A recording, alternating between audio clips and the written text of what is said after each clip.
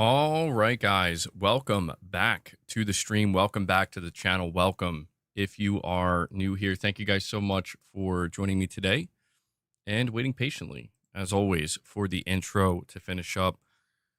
Michael says he's playing Death Stranding 2 and listening. Happy Sunday.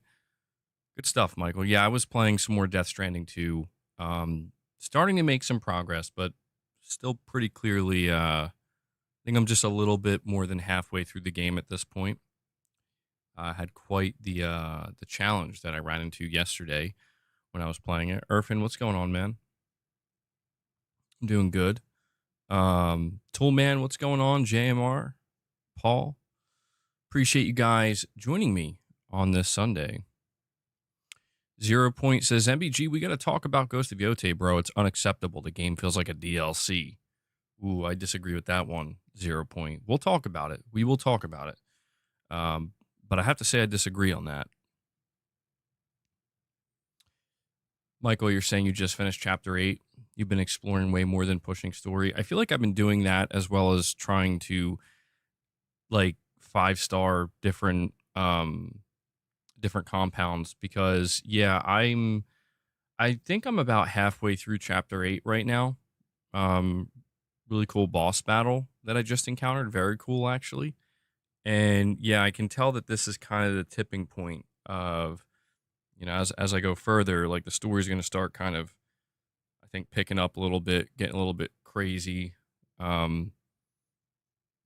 I'm very much enjoying my time with Death Stranding. Absolutely, just trying to pace myself with it because there is this kind of sense of not urgency, but like I do really want to keep pushing forward to see what happens with the story and how it progresses. But at the same time, I'm enjoying the world so much. And just yesterday, I climbed a freaking mountain and almost like passed out, and all my batteries completely ran out and drained, and it was awesome.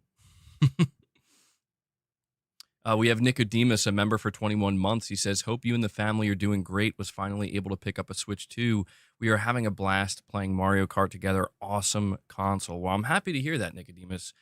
Me and the family are doing well. I appreciate you asking. And yeah, eventually we'll get a Switch 2. Just not right now, but down the line, certainly Mrs. MBG is going to want to get a Switch 2. And I'm happy to hear you're enjoying it, man.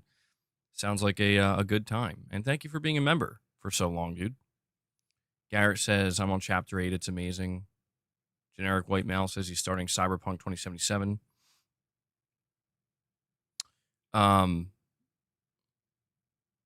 Mock Ninja says, couldn't be more hyped for the game. Definitely picking up those pro plates. Looking amazing. Talking about Ghost of Yote. Yeah, we're going to talk about that. Ghost of Yote, we live reacted to the state of play. And there's definitely been some interesting takes that I've come across, but generally speaking, people seem to be pretty excited for it. People seem to be in pretty good spirits overall.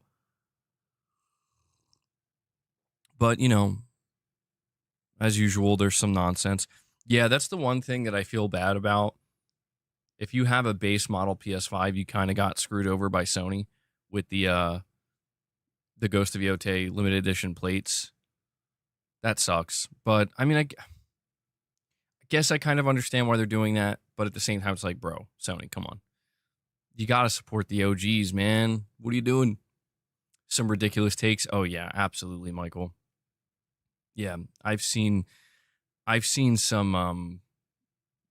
So something I saw this morning that was so funny to me. It's just so funny because it's like, when are people going to wake up and realize that this is how it works, right? Like, of course, this is how it works. I saw a post. I think it's from somebody who's relatively known on Twitter. I don't follow them personally, but I know the name is like Reno or something, or Rhino, or I think it's Reno. And they put out a post, I guess, after the state of play, basically saying that, this game looks underwhelming. It looks disappointing. It looks the same. It looks like more of the same. And it would have been cool to play as Jin instead and continue his story and grow with him. And I'm like, okay, I mean, that's fine. But then at the bottom, he's like, but, I'll still buy it. And I'm like, I'm like, dude, this is the problem, man. Like, don't get me wrong, I'm happy to see people supporting Ghost of Yote, but it's like this post got like over 4 million views. And this is what I try to explain to people, that like this happens constantly with everything, right? Like, oh my God, I don't like this thing and they're doing this thing and I'm unhappy with this, blah, blah, blah. And it's like, but I'm going to buy it anyway. It's like, okay, well, this is why these companies ignore you and the internet, you know? This is why they ignore us, because it's just like, you get people where they're complaining and they have, so many problems seemingly, but then they end up just, buying it anyway. And it's like, well, at the end of the day, what do you think is going to matter more to these companies? A random online complaint or your purchase? But I think it looks amazing. I think Ghost of Yotei looks great. Taicho, you're saying the state of play is doing good. It has 2.7 million views and a good like to dislike ratio. So people are liking what they see. Yeah, I noticed that, man. I have to say I'm quite surprised that the state of play has so many views. It looks like it may end up hitting 3 million at some point if it keeps climbing. No, it does. It's very iterative. Yeah, there's no denying that with Ghost of Yotei. It reminds me of God of War Ragnarok, where it's extremely iterative, where, you know, there are new things being added, but this is one of those sequels where they wanted to kind of keep the bulk of what people liked about the first game. And I understand why some people would have a problem with that. I think that's fair, like it does look like more of the same, but I guess it really depends on if you wanted more of the same and what your expectations were going into it. For me, they did add quite a bit to it that I think is going to differentiate it from Ghost of Tsushima. The being able to camp, being able to kind of interact with people at your camp, they'll come to you. Having so many different weapons, which kind of I guess it lends itself to different play styles. Stuff like this, I feel like it will go a longer way than maybe some people are making it sound. But yeah, I totally get it. It's like Ghost of Yote. It looks like a sequel to Ghost of Tsushima. And I do understand why some people still wish that we were playing as Jin. It would have been cool to get a continuation of Jin's story, but at the same time, like I feel like if they didn't want to force it, that was probably the smarter thing to do. Because if you played Ghost of Tsushima, and especially if you played the Iki Island DLC, where they really wrap up Jin's story, with his father, I thought it was fantastic, man. I'm like, if you guys want to just end it here, I would have loved to continue with Jin, but if you want to end it here, I can't complain. I can't complain. And Joker Thief with $1 donation. Joker Thief, thank you for that, buddy. Appreciate it. Yeah, if you guys want to support the channel, if you want to support the content in the community, most of you know the deal by now. Consider becoming a channel member, gain access to exclusive perks. We have like a 2-hour plus members lounge we did last week. We did react to a video, so you can go check that out if you're a member. Consider gifting memberships. If we hit 25, we'll feed the beast. Consider dropping a super chat, direct donations. We are totally fan funded. I rely on you guys to be able to do this. So thank you to everybody who contributes. How do I become a member right now? There should be a dollar icon or dollar symbol at the bottom of the chat. If you click that, it should give you the option to become a member. Although, hold on, there might be something I can do for you real quick. Make life easier. Let's throw this in there. Why not? Should probably do this more often, truthfully. Where is it? Here we go. So here you go. I'll throw this link in the chat. If you want to become a member, click this link. Right click it. Right click it. So it doesn't redirect you away from the stream. Joker Thief with the $2 super chat saying, MBG, are you getting ready or not? Probably not. It does look interesting. I was looking deeper into it, and it seems like it's a little too serious for me, where it's like when I think about like I'm not looking for a simulator type shooter like that, if that makes sense. It looks good for what it's offering and what it's doing, but I don't think it's necessarily for me. But it seems like it's going to do pretty well. I know it's about to launch on PS5. I just got to that part, MacTube. I'm going to have to try it out.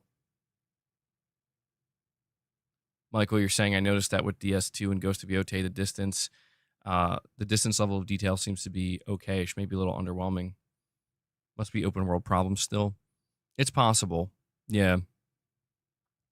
I mean, in Death Stranding, I recently I was just resting at like a timefall shelter, and I was just like panning the camera and spinning it around, and there was like this giant snow covered mountain behind me, and I was like, oh, that's so cool. Like it's so far away, but I know I can go there and climb that entire mountain. And Caliphist comes in and actually does become a member, or it looks like they renewed their membership. Thank you so much for that, Caliphist. I really appreciate it. Thank you. Appreciate it. I don't know why that's not working. Good stuff, man. Yeah, you know I appreciate the support, buddy. And I'll add that to the counter.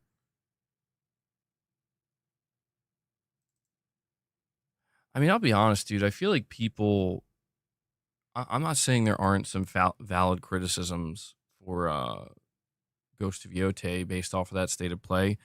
I think there are valid criticisms, certainly, but a lot of the criticism I'm seeing, I just feel like it's. I don't know, man. Will you talk about Microsoft/Xbox shutting down and erasing Call of Duty World War II? I heard about them pulling the game. They erased it, though. You're going to have to give me some more details on that, because, yeah, I saw that was crazy.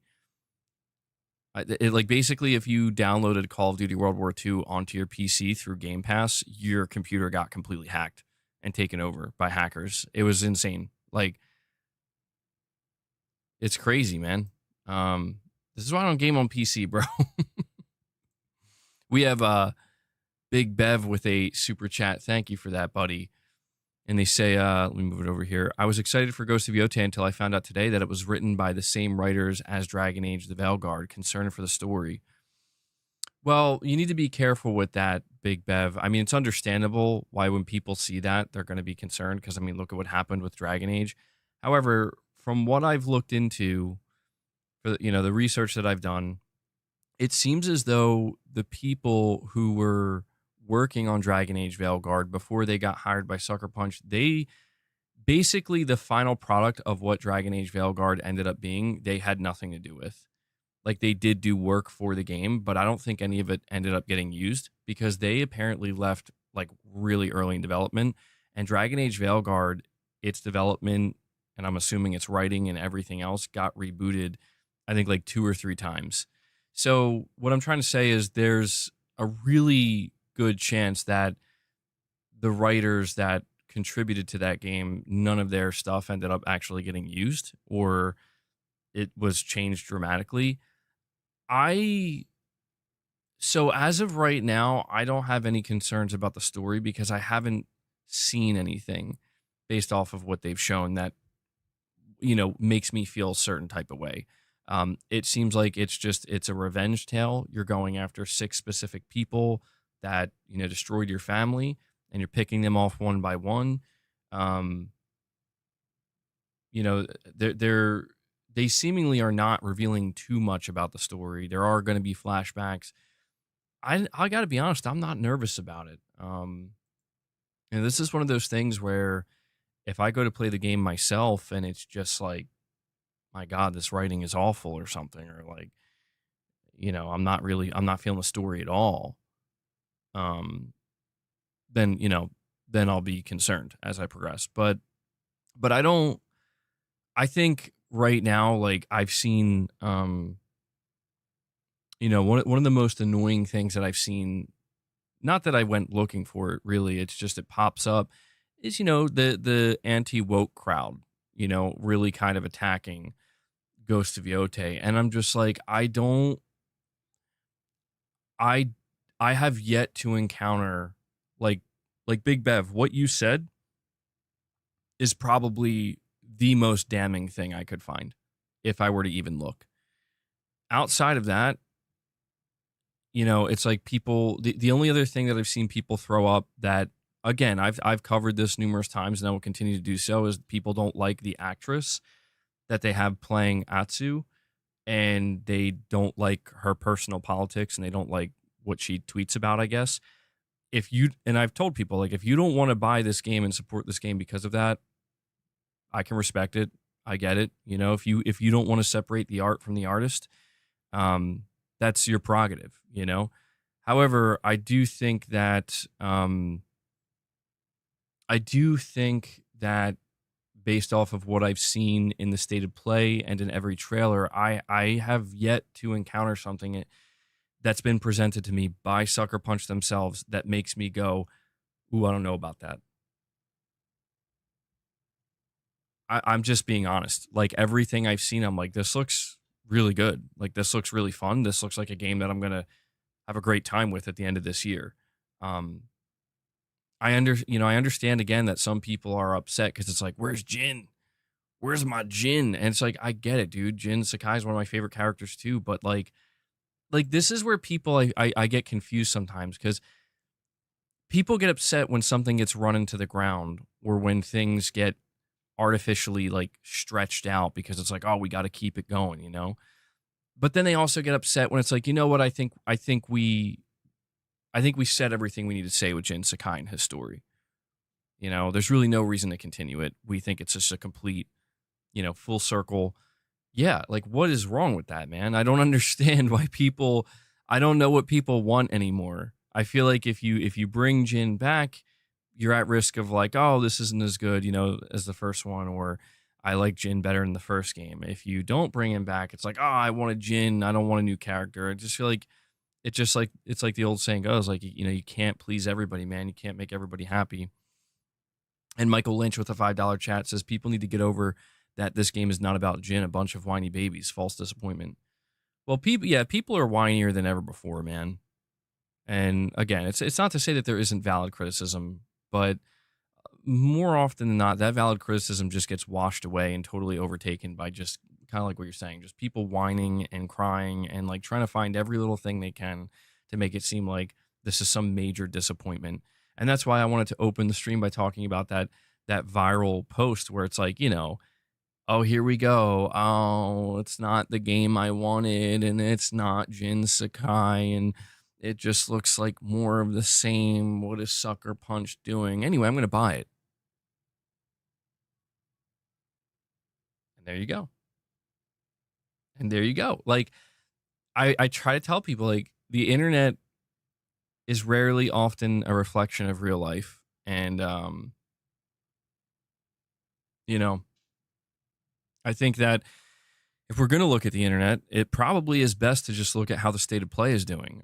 Everything I've seen with that state of play, it's getting good viewership. People are hyped. People are talking about it. I saw quite a few people saying that after seeing that state of play, they immediately went and pre-ordered it. I haven't seen many people saying they're canceling their pre-order. I will say that. It's anecdotal, but okay, Kapapa with a super chat says, I'm hyped for Yote. No one's talking about resolution, frame rate, etc. Just story and gameplay. Awesome. Yeah, I mean that's the thing, man, is like I feel like this game is just kind of checking the boxes in a good way where it's like gameplay looks really good. Gameplay looks like it's made some, significant improvements or at the very least some changes that are going to differentiate it from the first game. It looks like a refinement of the first game. And it's interesting because I feel like I'm seeing similar sentiments being said about Yote that I've seen and I'm still seeing about Death Stranding 2, where it's like, dude, I'm at a point where like I don't know that I feel the need to try to defend Death Stranding 2 anymore because the people that I come across, not that it's very many, but some of the negativity that I see coming across for Death Stranding 2, it's just stop. Just stop. Like, please, please, God, just go play something you like. Like, this game is not for you. It's never going to be for you. You're like, this game is over your head, bro. Please go play something else, you know? Because that's the thing is like anybody who is playing this game, anybody who has, the audience that it has, they're in near universal agreement that like, at the very least, it's good. On a higher end, this game's incredible and it might be our game of the year. And I just feel like there's only one subsection of people left at that point, which is people who aren't playing the game, people who are not interested in playing the game. I'm not saying that there aren't individuals who tried to play Death Stranding 2 and didn't like it, but I think even the people who played it and didn't like it would even be able to walk away and be like, "Oh, the game looks good," and I can kind of see what's going on here, but it's just not clicking with me. I just think it's just a sad state of affairs, man. When it's like you see games like Death Stranding 2 and you see games like Ghost of Yote, and it's like, what is the fucking problem here exactly? You know, like not trying to get like overly annoyed, but it's like, what is the problem? I'm not sure why you're crying right now. What is the problem? Why are you complaining? Like, dude, the last major first party game that Sony released was Astrobot. If Ghost of Yote is too much of the same or too woke for you or whatever, and Death Stranding 2 is too artsy fartsy or whatever, and it's just a walking simulator, then go fucking play Astro. But something tells me that you probably have a problem with Astro as well. Oh, that's too kiddie. And it just, you begin to realize that like the people who are complaining about this stuff, they just don't enjoy video games, man. Like they don't really care about video games. And they just want to be part of a conversation where they can just be, they can be the miserable people that they are in a space that I guess it's like, well, this is where we do it. I'm complaining about the complainers, bro. They won. Ah, shit. They won. I did it again. They won. God damn it. No, but I will say, I I saw somebody mention this. I don't think that Ghost of Yote State of Play was presented on the Pro. I'm not entirely sure. It was presented at 60 FPS, so it could have been the Pro version, but they didn't confirm. And Joker Thief says, "Do you think MGS Delta will be a disappointment?" I don't think so. Is my volume too loud? Hold on. Let me. Sorry about that. Let me tweak it. Hopefully that's a little bit better. When I start to yell, I think my mic starts to peak a little bit. No, I don't think Metal Gear Solid Delta is going to be a disappointment. I think that I think it has a potential, like some areas maybe where like, I saw people talking about the animation work, how they didn't really change the animations, and maybe some people might find that disappointing, but I think generally speaking, if you're somebody who played Metal Gear Solid 3 and you're excited for Delta, I think you're going to be you know, satisfied with that.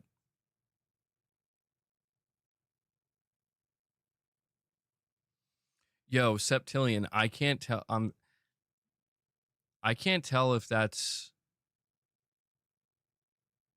if you're being sarcastic or not.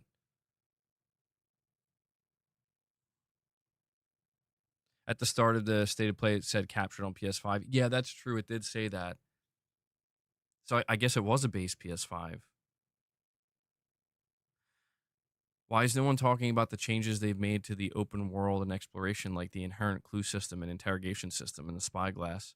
Yeah, very true. Very true. Yeah, I mean, those have the potential to be some major game changers in the flow of it. Joker Thief, you see a pattern here? Well, I mean, the problem with what he's saying is that at least half of the games he mentioned, although he mentions Concord, which is weird, but like Returnal, she she has a she's not a lesbian. Um, I don't think that this I don't think it's been confirmed that Atsu is a lesbian.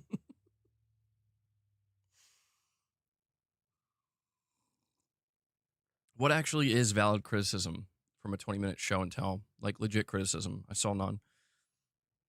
The only legitimate criticism, I've only seen two things that I would consider legitimate, like that I would even entertain to listen to.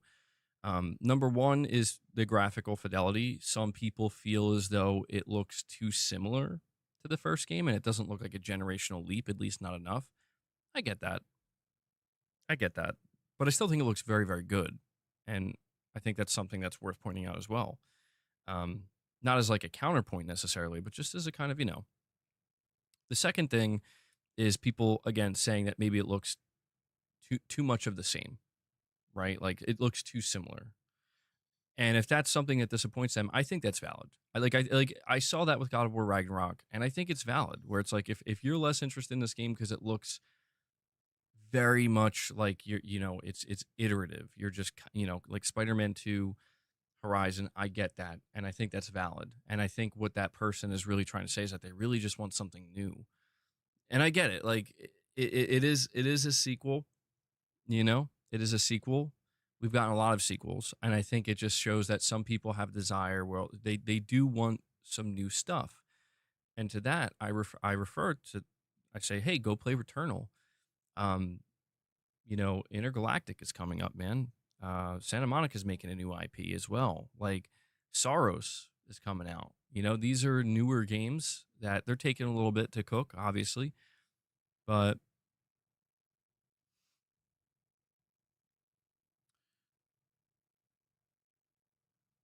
yeah, we're not. Come on, man. I'm not. We're not doing that.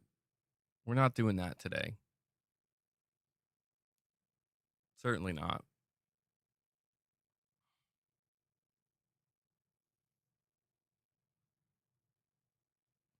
MacTube, you're saying my only two criticisms: the graphics look the same, the story is generic revenge instead of the complex plot of the first game. I am wondering if maybe one of the reasons why I mean, I don't know that I'm expecting it, MacTube, but I have seen that a couple of times. People saying it just seems like the revenge plot's a bit too simple and basic. They're not really showing much of what happens, seemingly. Like they're not showing. I noticed that they've been pretty quiet with the story. Like they just keep going with that very like, and that's what it is. You're just after revenge. I wonder if there's gonna be some kind of twist potentially. I wouldn't. I'm not saying I'm expecting it, but I do just wonder if they have a little bit of a surprise, something somewhat surprising that happens maybe midway through the story or late in the story, just some kind of twist that you didn't see coming that kind of alters it a little bit, where it's like, oh, so it's not necessarily as simple as they made it seem.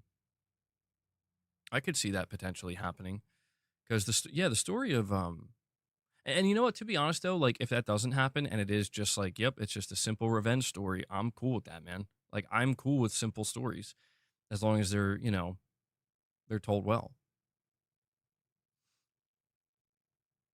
For the first game, people complained about it being too cliche with the fundamental about honor. Yeah, they seem to be getting away from that, where they did make it clear in the state of play, like there is no honor here. Like you will use every dirty trick you can to get any advantage you can.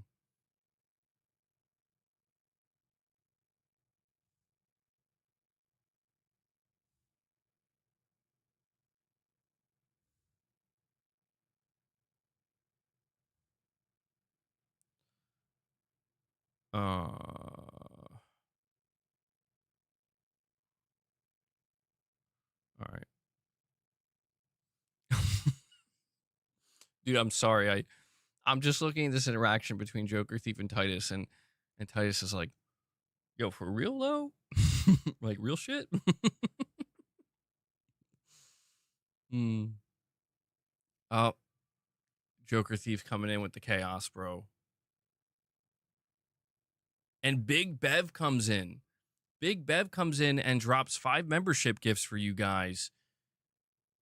Getting it started today with the membership gifting. Big Bev, thank you so much for that. That brings us up to 6 members on the day. Thank you. Appreciate it. Let me know if the sound bites are playing or not. And Boss somehow is aware of the membership gifts.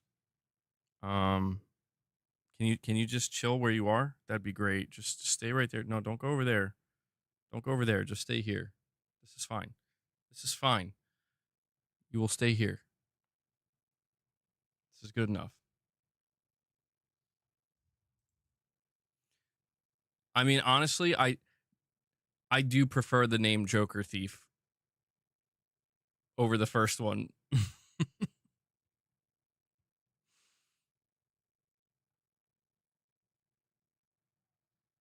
Oh, by the way, when it comes to my topic about a PC player buying a PS5 Pro, that was we're going to talk about that. I came across this like interesting Reddit post where apparently it got quite a few upvotes on the PS5 subreddit, but it was a person who was like a PC gamer and saying that they were like, I get it now. And I just think it's interesting. You changed it just for the channel. Why, I appreciate that, Joker Thief. Yeah. Yeah, I had to like whoa, hey, who do you think you are, bro? Who do you think you are? No, no, don't, look at him. Look at him. He he's like, move your hand. Move your hand. I'm in charge. I'm the captain now. This guy. Don't bite. You can hang out, boss. Don't bite. Don't bite the mic.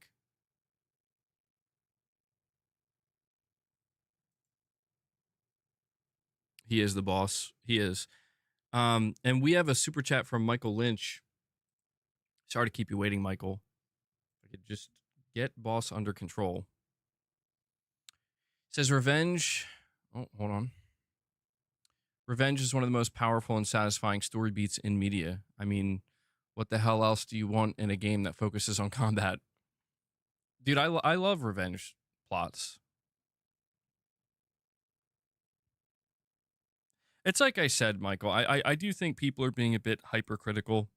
I think we're just at that point with PlayStation. I think we've been at that point with PlayStation where there's there's a lot of, I just think, hypercriticism that it, again, I'm not trying to like invalidate all criticism because I think that's toxic as well. I just think that there's a lot of stuff that's just like, I feel like we're reaching a little bit. I feel like we're trying too hard to want this game to like fail in a certain way. You know what I mean? Or like really just kind of looking at things through the lens, through like a bad faith lens where, you know, again, if I just judge the game based off of what I saw, I'm like, dude, this looks like it's going to be one of the best games I play this year. You know, it looks like it's just going to be one of the best games I play this year. Censorship everywhere, dude. Yeah, tell me about it, man. I mean, I swear a lot on the channel here, and I don't really hold back in that regard, at least purposely. But they're definitely, I'm noticing like, you definitely got to be careful out here because like it's not just YouTube. It's just generally speaking, like there's just weird. I don't know. They're kind of weird about it. I guess they've always been weird about it, but it seems like it's getting a little bit weirder. Where you got to be real. There's like a whole list of like banned words, and I'm like, some of these words I don't even understand why they're banned. That's just stupid. But I don't know, man.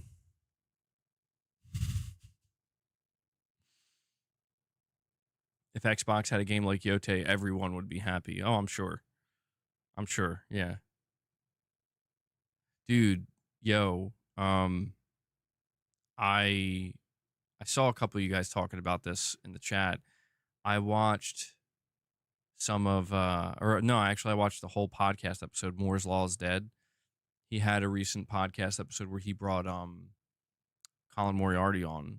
And for like the first half of the stream, they were talking about Xbox and their strategy. And Moore's Law is Dead basically is in contact with like developers and was like giving quotes from developers about what Microsoft is telling them behind the scenes. And like, dude, yeah, it's maybe not that surprising, to be honest. We need a fixed boss camera. Come on, boss.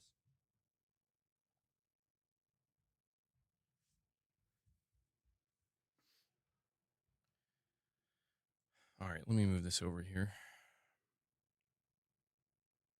What did he say? I wonder if I'll be able to pause. Come on, don't start, bro. Don't start. No, no, no. You gotta go. No, no, no, no, no.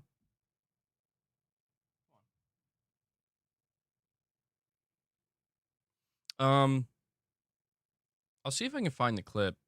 There was like one clip that was making the rounds. I don't have it up in front of me though. That's the thing. But well, actually, you know what? I could probably just find it on his podcast. Just give me 1 second.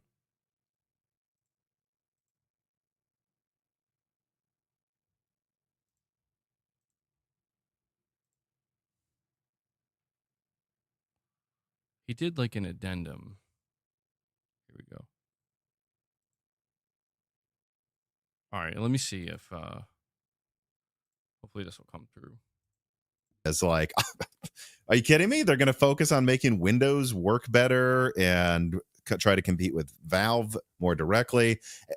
As a PC gamer, I could not be happier with what is going on. I think it's just going to be an interesting, you're making me think here, like balancing act of like, how do they not lose like 15 million Game Pass people that mostly game on Xbox? Like Right. that's what this tightrope they're going to try to walk now. And yeah, I don't know. I don't know what I would do if I was Sony. I'd probably just stay out of their way.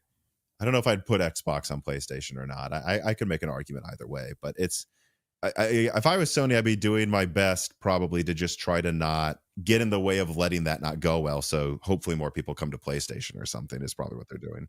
All right, so all of a sudden you're noticing that I'm wearing a different shirt that isn't long sleeved and that the lighting has changed. And that's because I decided very last minute in the I'm actually gonna just bring it up here real quick because I feel like, you know, just doing audio only, but it'd be better actually.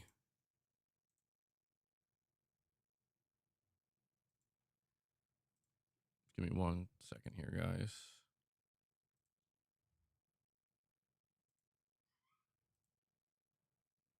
Whoa, didn't mean for it to go full screen like that.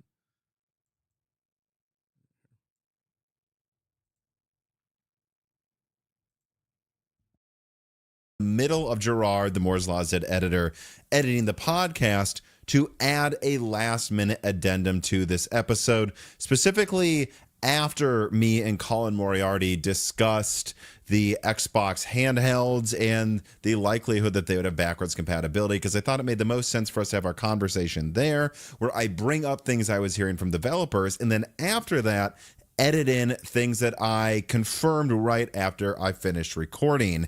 So first, let me read these quotes from two developers. Now, again, these are ones I referenced already in the podcast if you've been watching or listening to this, but here is the exact verified quotes that after I finished recording with Colin, they okayed for me to share and show on screen. So the first dev says, obviously, any Xbox first-party game or game with a Play Anywhere special agreement will work on either Xbox consoles or Microsoft's new Asus Windows handheld, but any old game or most third party are likely going to have major problems working on future Xbox consoles if they really are just glorified Windows PCs. Think of how many games even now have issues working on the PS5 or Xbox Series from previous gens simply due to some voice actor or song licensing issue.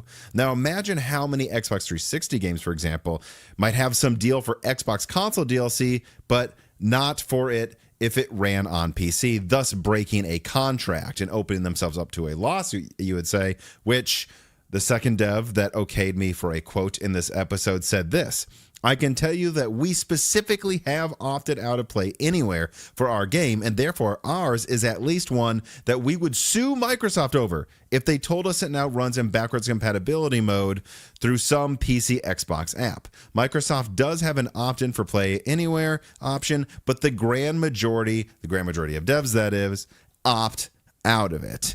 And so there you go. You have a dev saying they would sue Microsoft with their Series X or Xbox One game where all of a sudden worked on an emulator in some full version of Windows 11. And then another dev saying that they're not sure you could do it at all with mini games simply due to random licenses for a game to work on one platform. Where if it's like Sony, where you have a hardware level backwards compatibility, that doesn't break the contract. It's literally physical hardware the dev agreed to run on, even if it's in a backwards compatibility mode in perpetuity. But the second you run it on different hardware that emulates it in a different operating system environment, that's not what they agreed to. At least a lot of devs haven't.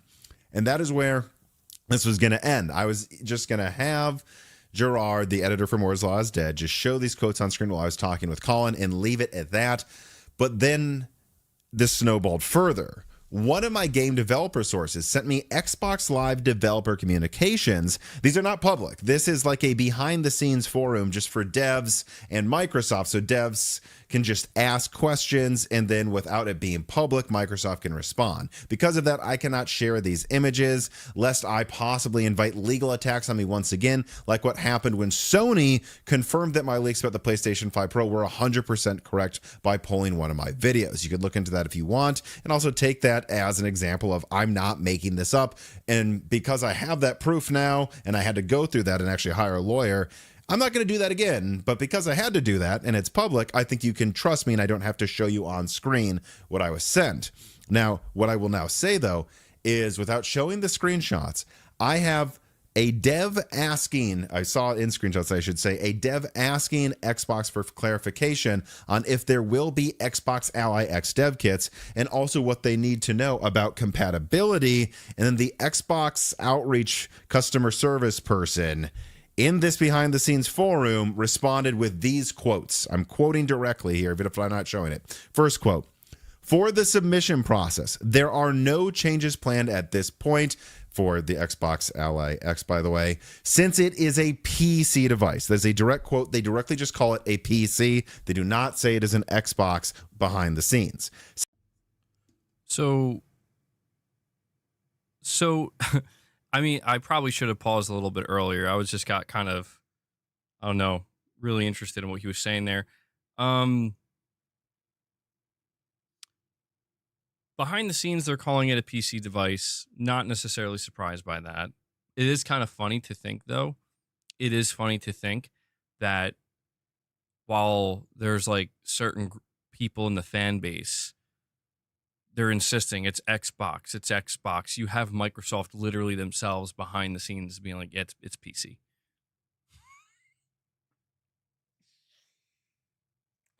All right. Can't say I'm surprised. But prior to what he was saying here in regards to the backwards compatibility stuff, the big concern here, and I guess why there's so much emphasis being on the fact that he's talking to developers behind the scenes, because I did see people saying, like, I'm not really sure what he's trying to say here. Basically, he's saying that based on multiple developers he's talked to, it really is starting to seem like Microsoft is not going to be able to, or they're going to have a lot of trouble bringing forward the Xbox library, the Xbox One, the Xbox Series, Xbox 360, and original Xbox. Maybe some of the newer stuff they might have an easier time, but devs are opting out of Play Anywhere. They don't want to be part of Play Anywhere. And some devs are just simply saying that actually from a legal perspective, Microsoft isn't just going to be allowed to just switch it over and be like, actually, you're selling on PC now. It may just be two developers, but look, I'm not trying to jump to conclusions. I'm just saying that, like, this is a major concern that people have had, and this seems to be the first, like, I don't know, real leak, I guess you could say, that seems to indicate that, well, there's seemingly some precedent here to be a little bit nervous. But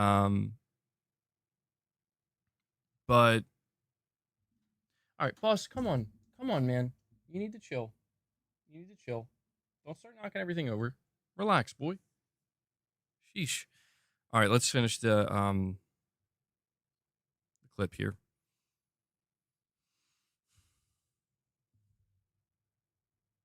All right. Second quote, "I am not aware of any test device that will be available. No dev kits." Third quote, "For older UWP projects, I'll need to confirm."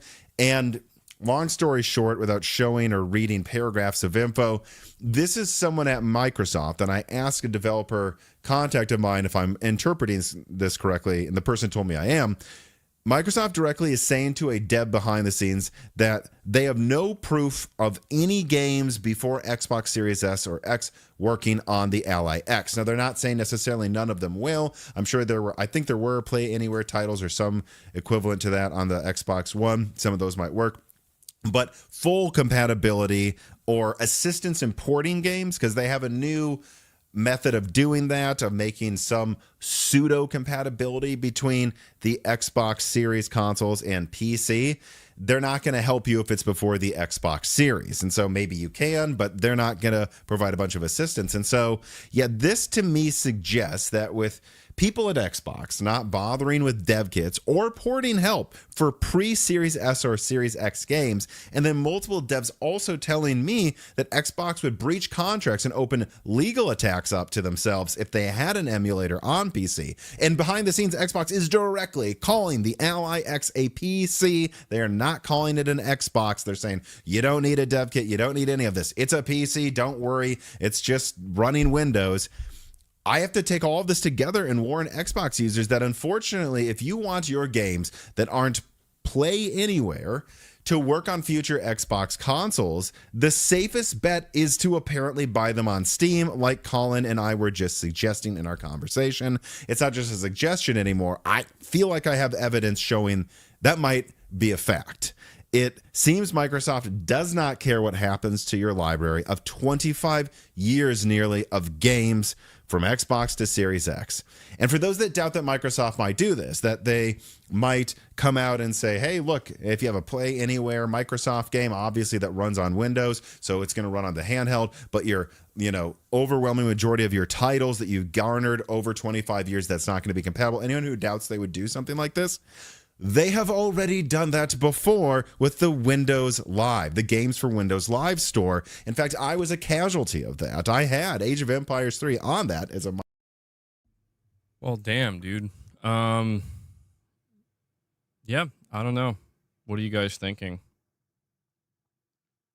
I mean, I think he, it's a slippery slope that he's on here, because he's saying that he believes he has proof, and evidence to suggest that it may end up being a fact. But I think I'll be honest, man. I feel like we don't even need this to kind of realize that, yeah, this is something that Microsoft's probably going to have a really hard time with. But it's just super interesting, because this is kind of the big question when it comes to the next gen consoles. We know the PlayStation 6 is coming, but when it comes to, how Microsoft is going to handle the Xbox, I don't know, man. Behind the scenes, it's looking like it's looking like it might be it might go down a little bit differently than what some people are thinking. All right, we got a couple of super chats here. First, we have PlayStation Pete, and he says, an analyst predicts that the Switch 2 will sell over 200 million units. Looking forward to Yote and MS3 spending thousands on vacation, fast pass, hotel suite for parks. Still need 3 trophies for Rebirth. Well, it sounds like you're having a good time vacationing, PlayStation Pete. Still need those 3 trophies. You're working on it. And the Switch 2 selling over 200 million, I could see it happening, potentially. I think it's still a really challenging prospect, but I could see it maybe happening, PlayStation Pete. I'm glad to hear you're looking forward to Yote, bro. Thank you for the super. We also have Lux. He says, Microsoft is done with physical. Do you think Sony will make a disk drive for every future PlayStation and have them be backwards compatible or go digital? I mean, this is a tough question when it comes to Sony, man. Like, I don't know. I want to say that Sony will continue to offer a disk drive attachment, for the simple fact that it's cheap to produce, and it will keep a lot of it. I think Sony's in this position where it's like, yeah, you're the last one, man. You're the last one. Nintendo's dealing with key cards for a lot of their games. Microsoft's done with physical. I feel like Sony now, it's kind of the ball's in their court, and I don't know. I'm not sure, man. I mean, I look right now, they released Death Stranding 2 physically. The entire game's on the disc. I'm assuming, Ghost of Yotei will have a physical version. I'm assuming the entire game will be on the disc. Um, if you buy Tony Hawk's Pro Skater 3 and 4 remake physically for PS5, the entire game is on the disc. It's like, I feel like Sony needs, I don't know, man. To me, they have a kind of responsibility here. Where it's like, come on, guys. Like you have to try to be use this to your advantage. Is what I'm saying. Right? Be the ones that they won't do it. We'll do it.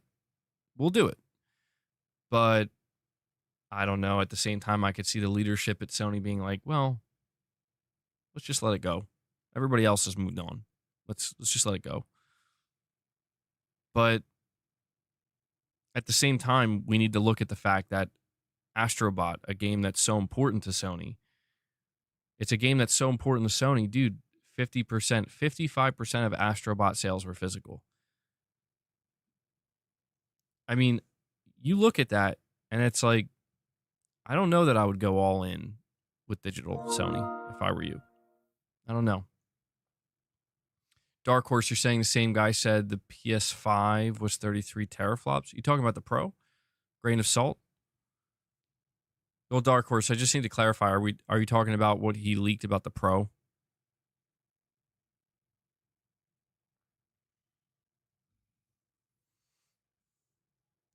Well, I mean, obviously you have to take everything with a grain of salt.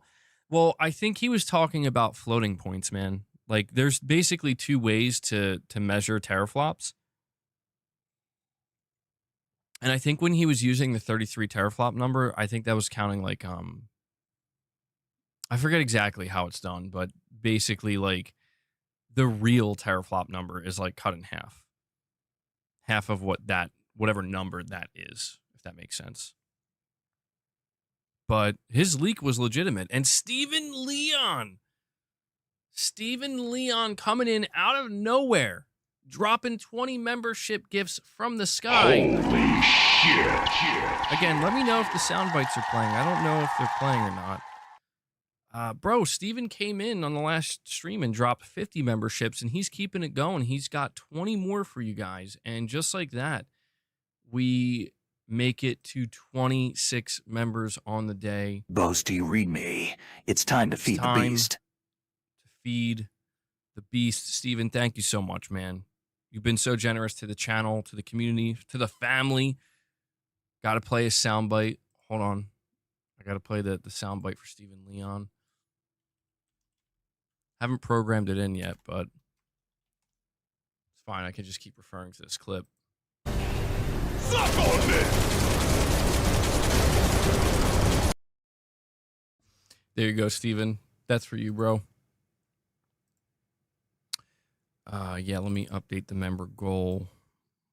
We are at 26 now.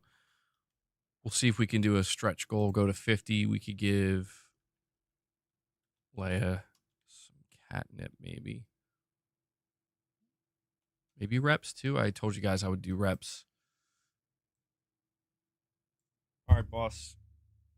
Here you go, man. Steven's not going to keep you waiting. Luna's here, too. Luna, I'll give you some next, all right? Just hang tight. Yeah, really appreciate that, man. Thank you guys so much for the continued support. It's funny how Boss kind of knows. He does, man. Yeah, he's been doing this long enough.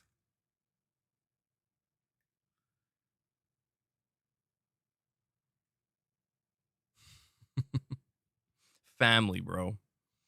Venino, you're saying, in my opinion, it's a fake concern because money always talks and Microsoft has plenty. I mean, to be honest, I don't know that there really needs to be much concern.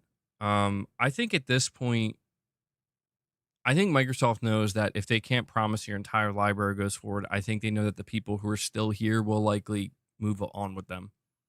I'll be honest, man. I think that's the reality we're looking at. And I'm not saying that has to be a bad thing. Like, some people just don't care.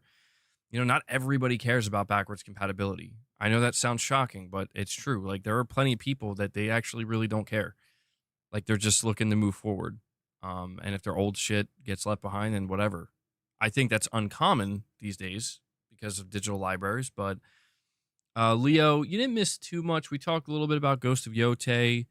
We're talking a little bit about this like Moore's Law is dead leak about Microsoft maybe not having full backwards compatibility with the next Xbox. And yeah, we're just kind of talking about random games as well. So you didn't miss too much. You missed too much. Dark Horse with the $2 super chat says, "Why though do we not expect this from Sony and Nintendo?"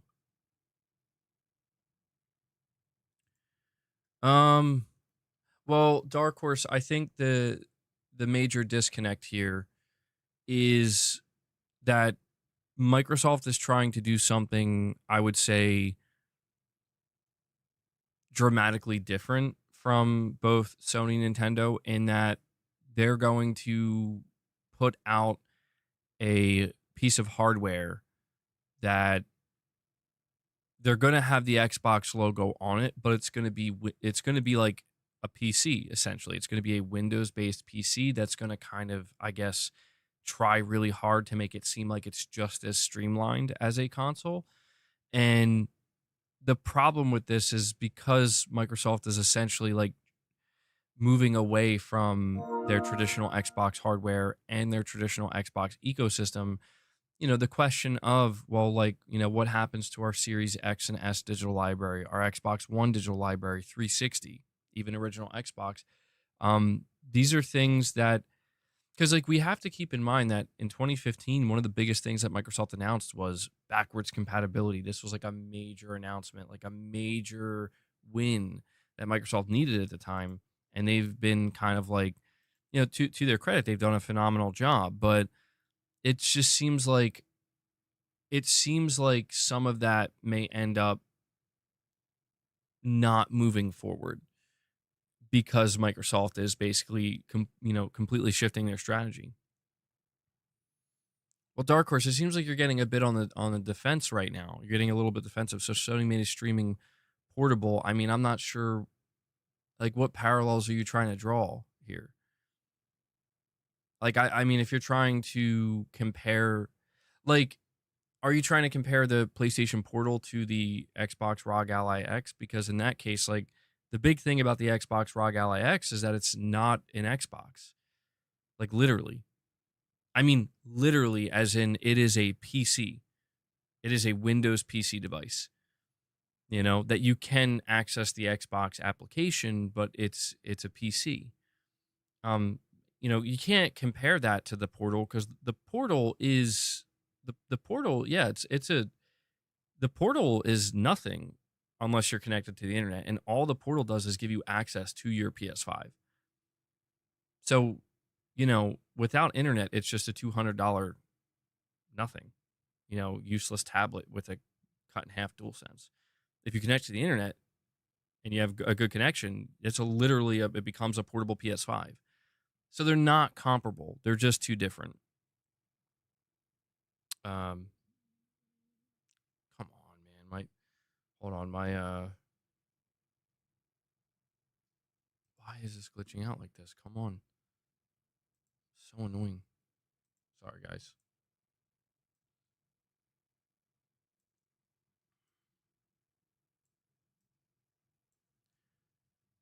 We have Lux with a super chat. He says, your members messaged the other day saying you're done supporting Microsoft in any way. Happy you've seen the light and you're getting away from Call of Duty. Also, NVIDIA, first $4 trillion company.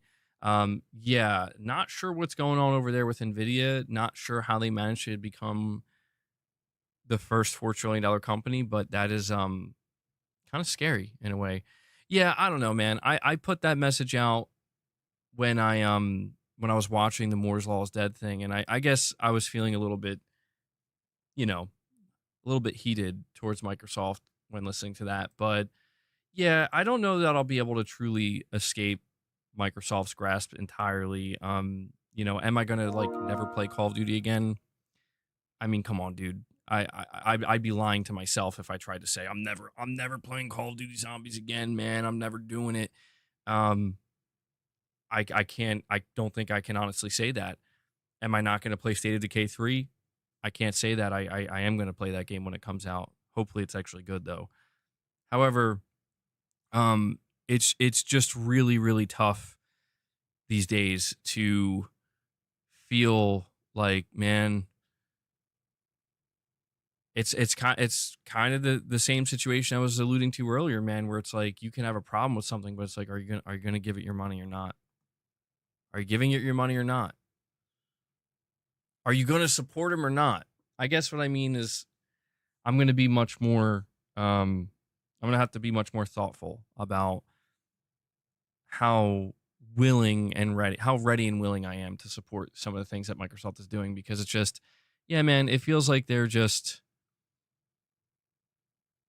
it's like weird because, like, yeah, Call of Duty's owned by Microsoft, but dude, they have nothing to do with it at all. Like they just have nothing to do with Call of Duty. And but the fact of the matter is they own it now. So it's like if you choose to support Call of Duty, you are supporting Microsoft. Just like if you choose to buy the Elder Scrolls 6, you're supporting Microsoft, you know, like this is just how it is. Yeah, technically they're funding it now. But if it goes wrong, it's also going to be on them.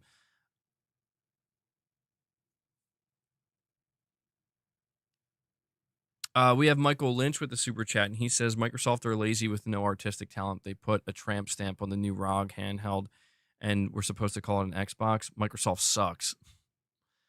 So, Michael, you're telling me you're going to buy the Xbox ROG Ally X? Don't jump up there. Don't jump up there. What are you doing? Come on, get out.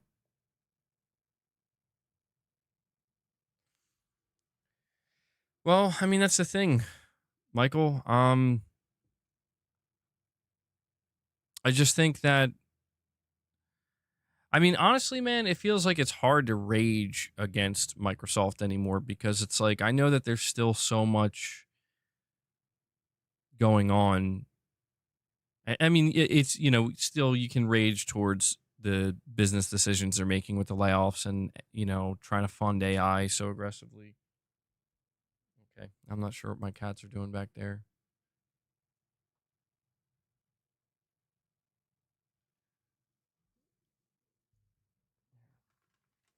I just got to give Luna some treats. Hold on.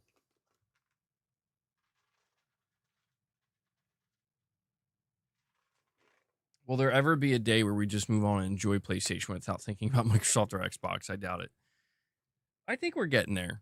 I do. I know it may not seem like it, but I honestly think we're getting there, because it's just like, you know, the more we hear about Microsoft, like when I was done listening to that Moore's Law is Dead episode, I kind of just realized, like, you know, even if this does turn out to be true, like, I mean, is it even a little bit surprising? I don't think it would be. Like, I think right now, truthfully, I think the people who are still on Xbox and the people who are planning on moving forward with Microsoft hardware wise, I think that they've just come to accept, they've come to terms with, like, this is just what it is now, man.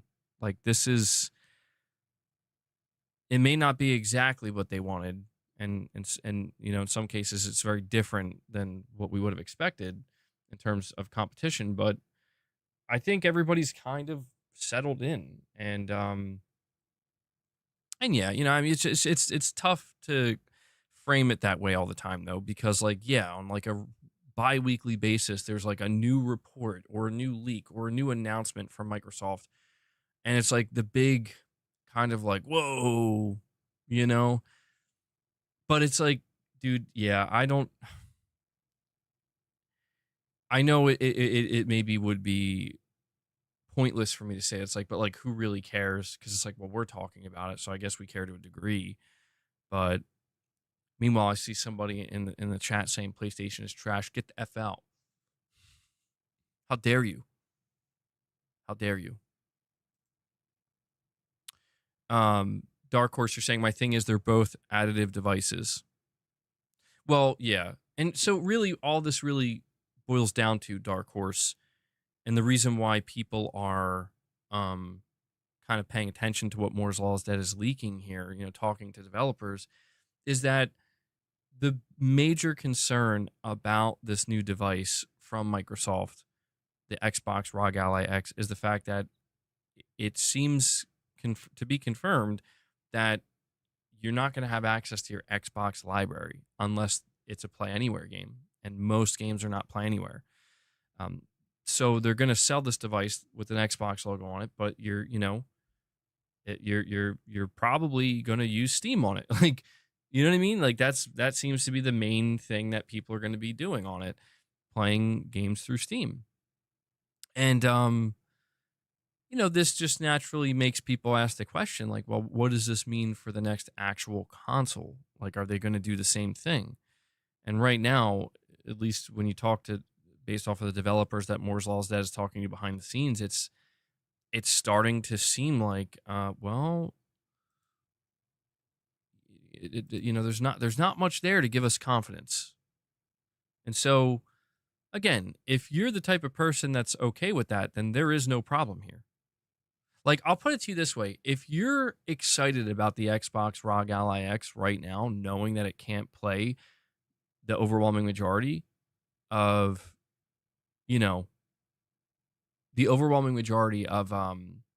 Xbox games, then there's no problem here for you. And for me, it's a non-issue because I don't play on Xbox. But it is just interesting to think that, like, is that going to be the ultimate outcome? Because if it is, then I think it pretty much does confirm that, like, yeah, this is Microsoft's exit. And I think that's the significance of it, is it's just we're trying to get that the clear-cut confirmation and clarification. Like, is this truly the exit? Where, like, yes, you will be able to buy a device that has the Xbox logo on it, but it's literally just a PC. The Xbox console is, like, done. Like, is that true? Or is there still some kind of push here behind the scenes for Microsoft? Where it's like they still have some kind of plan to make it, to at least make it seem like that's not the case. And I don't know. I don't know that. And yeah, the emulation is a thing. You're right. And Moore's Law is Dead brought that up, and he said that could open up legal problems.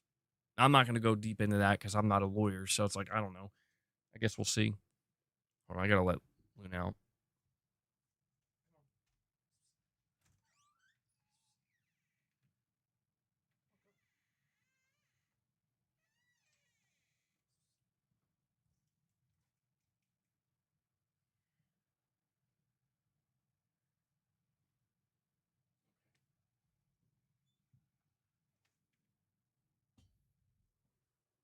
Sorry about that.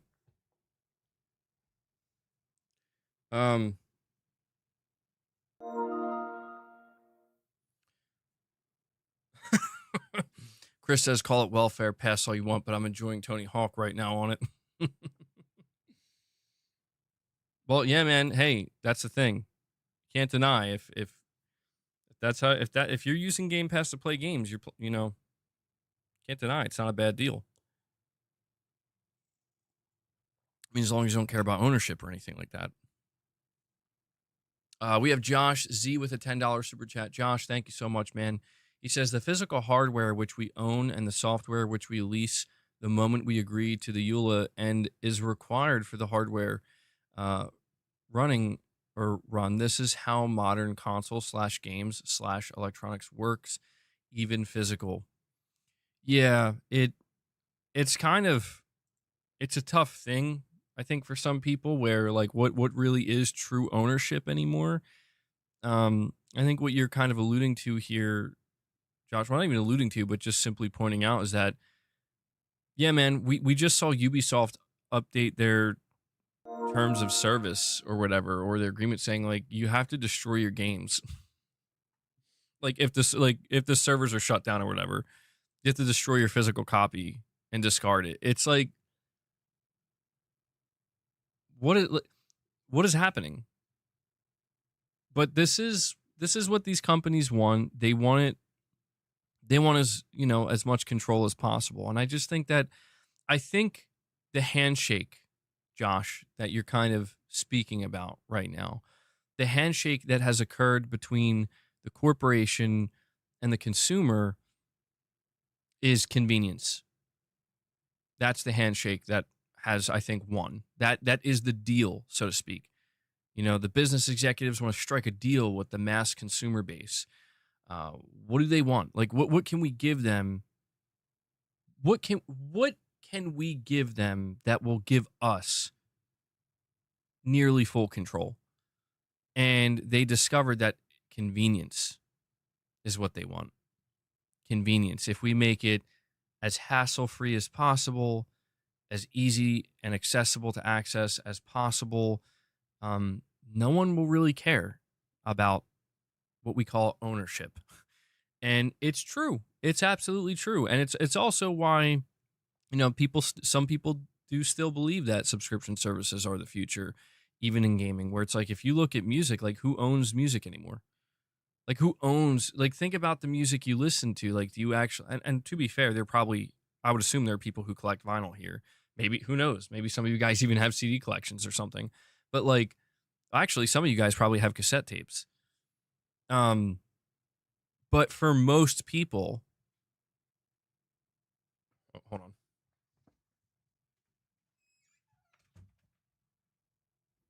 For most people, when they boot up Spotify or YouTube Music or Apple Music or whatever, you know, they don't give a single thought to, like, the fact that all your playlists, all these artists that you add to your library, you don't own any of that, and it could be stripped away from you at literally any time. Now, obviously, people are not assuming that's going to happen, because that would be bad for the company. It would be bad if Spotify took away your ability to listen to your playlists and to listen to your songs, just like it would be bad for Sony to not allow you to play your digital game that you bought. You know? And we have Omen86 with a super chat.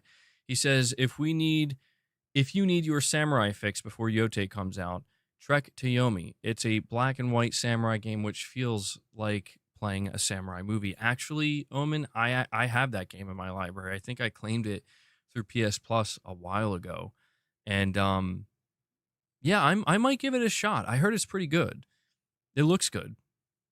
So I do appreciate the recommendation, Omen. And yeah, the thing I'm trying to think about now is if I want to play Ghost of Tsushima again or not prior to Yote coming out. I'm not sure that I'll be able to, even if I want to, because I don't know if I'm going to have the time, because I'm still making my way through Death Stranding. Steven, you're saying your son started to go back to vinyl. You still, I knew it, Steven. I knew it was you. You still had the CD collection. Why am I not surprised? Fred, you're saying, hey, if an artist I like has a CD or vinyl release, I will buy it. Yeah, and to be clear, I'm not against any of this. Like, I'm pro physical media. I'm pro ownership, in the sense that, like, I think most people don't want to have to get crazy about it. Like, I don't think that this is something we should have to fight for. And I think that's what's awkward about it, is it's like, why do we have to fight for this? You know? And that's what makes it seem weird. Like, why do you care that much, man? It's like, well, it's just because, you know, people want to feel like the thing that they're choosing to support is a real tangible thing that, you know, like, how many other products do you buy where it's like, you don't actually own this? You know? Like, if you go to the store and buy an appliance, like, are you just renting the appliance? You know? No, like, you own it. That is yours. It's your property now. Same thing with, like, a vehicle, right? Like, it's just like, this is where media, it feels like it feels like, I don't know, it's becoming just very overt with all media that convenience is the main thing that matters to the vast majority of people. And that's only growing with the younger generation, you know, where the younger generation, I mean, yeah, of course, some kids are getting into violence, stuff like that, but it just does seem like the majority of the younger generation is, they're just like, yeah, man, they're being born into a digital only age, practically. You know, we're like, that's the norm. So they don't even know, some of them, like, that there was an alternative. And of course, for these corporations, it's like that's exactly what they want. So this is why, I still am trying to support physical media where I can. I can't sit here and say that I used to buy Blu-rays. I stopped that though because I was getting out of hand. I used to even buy CDs before I thought about getting into vinyl, and I'm like, oh, you know what though, maybe I'll just pass on that because I'm gonna end up just running out of places to store this stuff. So I decided to just kind of stick mainly with video games. Like video games are where I want to still buy physical and support it as much as I can, where it makes sense to do so. And Garrett, you're about to start a Blu-ray collection. Nice, dude. I have not a massive collection, but I have I think like 2 small shelves of Blu-rays downstairs, and some of the Blu-rays I have are so random. Like for example, I forgot. I was like, oh yeah, I have the Blu-ray. It's like the dual pack of 28 Days Later and 28 Weeks Later, and I went to go watch that. On my PS5 in the living room, like a couple weeks ago with Mrs. MEG, and I was like, oh, that's cool. Glad I still had that. Lux, you're saying with Sony moving to MAUs, PlayStation 6 always online? Question mark. Microsoft tried this in the past, but like most things Microsoft tried, it was too soon. Are we at a stage now where everyone is online? Or we're at a stage now where everyone's online. Yeah, well, I mean, Lux, I do think you're asking the important questions when it comes to PlayStation, where like I think it's safe to say that I think it's just safe to say that Sony's going to be just kind of sticking to the way things have been for the remainder of this generation, and any major changes are going to occur with the transition to the PlayStation 6. And that's one of the things that we have to ask, right? Like how aggressive is Sony going to be with the whole always online thing, with the physical media side of things? I'm trying not to get my hopes up. I'm not trying to like preemptively shit on Sony or anything like that. Like, oh, they're going to suck. No, it's just like, honestly, I'm looking around at everyone and everything else. I'm like, well, Sony has a choice. Either be the outlier or just kind of like you're the last one. So of course you're next in line. Like with the $80 games, it's like Microsoft is selling $80 games. Nintendo's selling $80 games. Ghost of Yote and Death Stranding are $70. Is Intergalactic going to be 80? Like, if Intergalactic is an 80, are we really going to go into the PS6 generation assuming that that's not going to happen as well? It's just like all these things. It feels like Sony's the last one kind of holding out. And, I guess it depends on what kind of mood I'm in that day. But usually I'm feeling more cynical. And I'm going to say they're not holding out for our benefit. You know what I mean? Like, I could be wrong. Maybe there's somebody, maybe Hiroki Totoki likes physical media or something. And he's like, no, like, we're going to continue to support it. Maybe there is that kind of like foundational Sony, like, you were a huge proponent of the Blu-ray disc, and like it's in your, I don't know. I don't know if they're going to continue to support certain things that we've come to expect, or if by the time, by the time the PlayStation 6 rolls around, if it's like, yeah, we're making these changes too. Because, even if Sony waits until the PlayStation 6, we could at least give them the credit that they're doing it later than everybody else. Like we had a couple more years to enjoy it. But, I try not to be extremist with my approach to this, where I do kind of exist in the middle, but I think that's because that's where most people exist. Where, for example, like I don't want Sony to go digital only, so therefore I will buy physical games, and I will continue to support physical games, and I will encourage others to support physical games. I can't lie to myself. I could lie to Sony. Hey, Sony, you go digital only, I'm done, bro. I'm out. I'm not gaming anymore. I'm not playing on PlayStation anymore. I could lie and say that, but I know that that's not going to happen. I know that I will be very upset and I will freak out.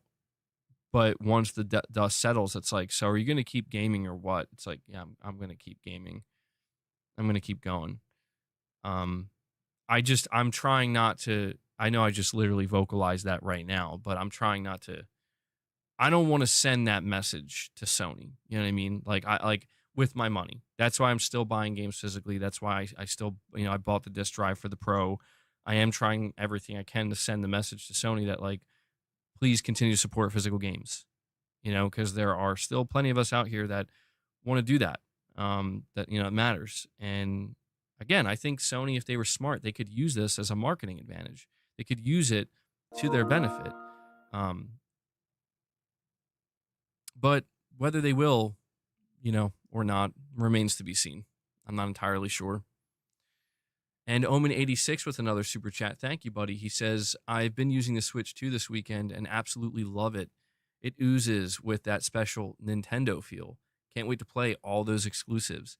Yeah, Omen, you were telling me about that. It's interesting. You're the second person today to come in. I think it was Nicodemus earlier who said that they just got their Switch 2 and they're loving it. And it's so funny to me to see this because it's like, dude, I still see not as much, but I still see like certain levels of outrage on the internet for the Switch 2. And it's just like, meanwhile, on my channel, I'm just seeing people coming in and be like, bro, the Switch is awesome. I'm having a great time. And I think it just highlights once again that like, yeah, man, at the end of the day, I think people just want to have a good time.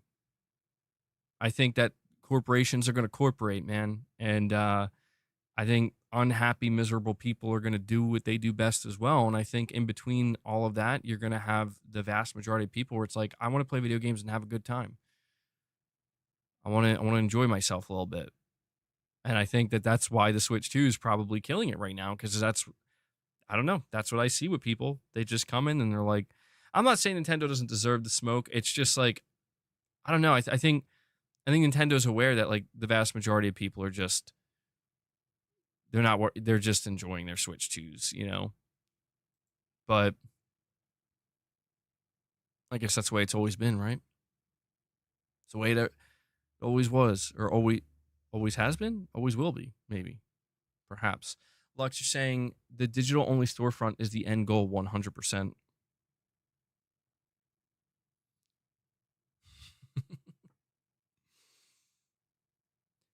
Well,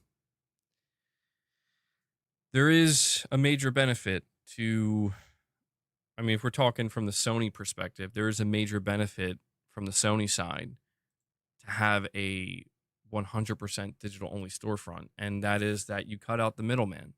You get a higher cut, higher percentage cut across the board. And if you completely eliminate physical, whatever cut was going to the manufacturing of those discs, any third-party retailers, that's gone. And that's money that ends up getting funneled back into Sony's pockets. Same thing with Microsoft, same thing with Nintendo, and it's the way it's been on PC for many, many years.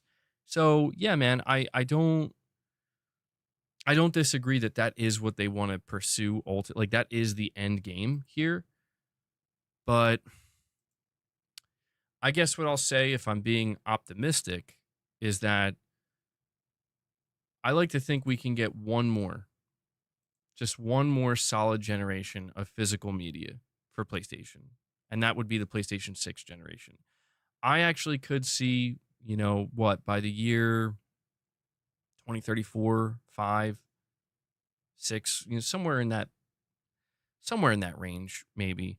When discussions are beginning to crop up about the prospect of a PlayStation 7, which sounds ridiculous because we're so far away from that. But by that time, I could actually see us being at a point where it's like, so 98% of people are, at the end of the PlayStation 6 generation are buying their games digitally. Like 98.5% of people. At that point, it's like, well, Sony, look, man, if you go all digital with the PS7, what am I even going to say at that point? What could I say? What's anybody going to say? I think by that point, everybody will be all digital. And yeah, I unfortunately, I do think that's where it's going. But, I do think at least with the PlayStation 6, we could get one more solid generation where I think you're going to see more and more devs opting to go digital only. But, you know, it's like basically if you want to approach the PlayStation 6 generation where it's like, listen, if you want to buy disk drive, we will offer that option and you connect it to your console, you're going to be the outlier. But if you want to do that, and we're still going to make physical versions of our first party games, and there will still be plenty of third party publishers making physical versions. But as we go deeper into the PlayStation 6 generation, it will reduce more and more and more to where, again, by the time we approach that next generation, yeah, like everybody will basically be looking at you and be like, well, it was good while it lasted, you know, like it was a good run. Um, I think if Sony tries to pull that plug with the PS6, that's going to be, I think, devastating. I think it's just too soon, you know, especially because they're the last ones really kind of supporting physical media in a proper way, in the best possible way. We're going to be gaming with aliens. And Lux, I'm sorry, I almost missed your other super chat. You're saying Switch 2 is the first 8th gen console. Wait, 8th gen?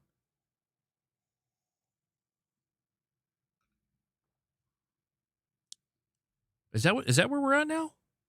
That's what the PS6 is going to be, the 8th gen? No, that doesn't sound right.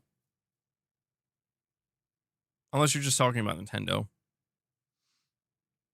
You would buy digital more if they weren't trying to kill physical?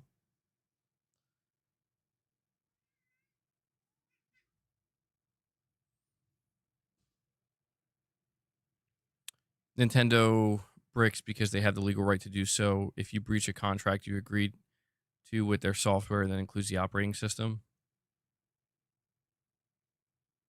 There's been 10 gens altogether. Nintendo's been around for 8 of them. Okay. That makes sense. Yeah, I guess you're right from that perspective, Lux. I mean, it did feel like with the Switch 2, a lot of what Nintendo did, it felt very much like we're setting the tone. You know what I mean? And then that's, you kind of saw Microsoft make some decisions not too long after that feel like it's in line with that new tonal shift. And now we're all kind of looking at Sony like, Sony, are you next? When, what's going on? There's a new video by Gred, The Rise of Gamer Doomerism. It's an interesting video talking about the rage bait negativity and explains why it happens. I think I saw that video come across my feed the other day, Tarnished. The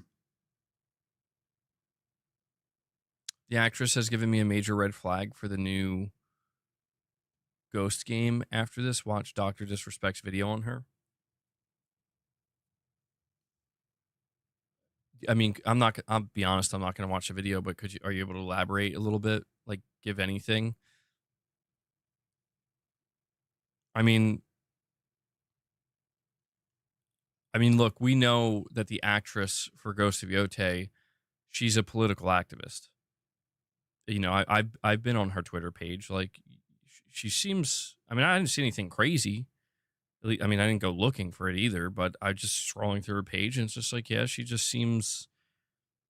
You know, there's a lot of people who are left leaning politically, and they make it clear on their pages. You know, they make it known. Am I assuming she's going to bring that energy to her performance of Atsu? I would hope not. I would hope that somebody at Sucker Punch is like, whoa. We just need you to play the part. Okay. We're not asking for your personal politics. We're just asking you to do a job. If she could do the job well, then the end result for me is, okay, cool. You know, good job. Good performance. Wasn't there a report of someone buying a used Switch game and their console got bricked because the previous owner might have loaded it with a MIG switch? I think I heard about that. Yeah, basically they bought a copied version of the game, and then their Nintendo detected it and then like bricked their console. But then I think they unbanned the person because they were like, okay, you didn't realize that you bought a you know, like a pirated version, I guess, physical version.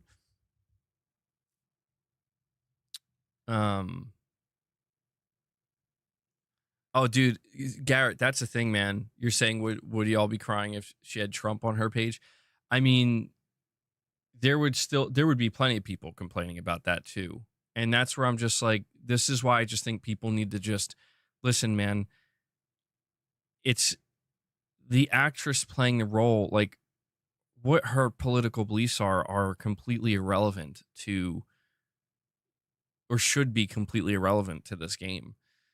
You know, like people who are worried about the fact that some of the writers apparently worked on Dragon Age Veilguard, like, okay, that's a valid concern because the writing in Dragon Age Veilguard was horrible, but we don't know if that was their writing or not because they left years ago before the game was anywhere near being, you know, probably in full production.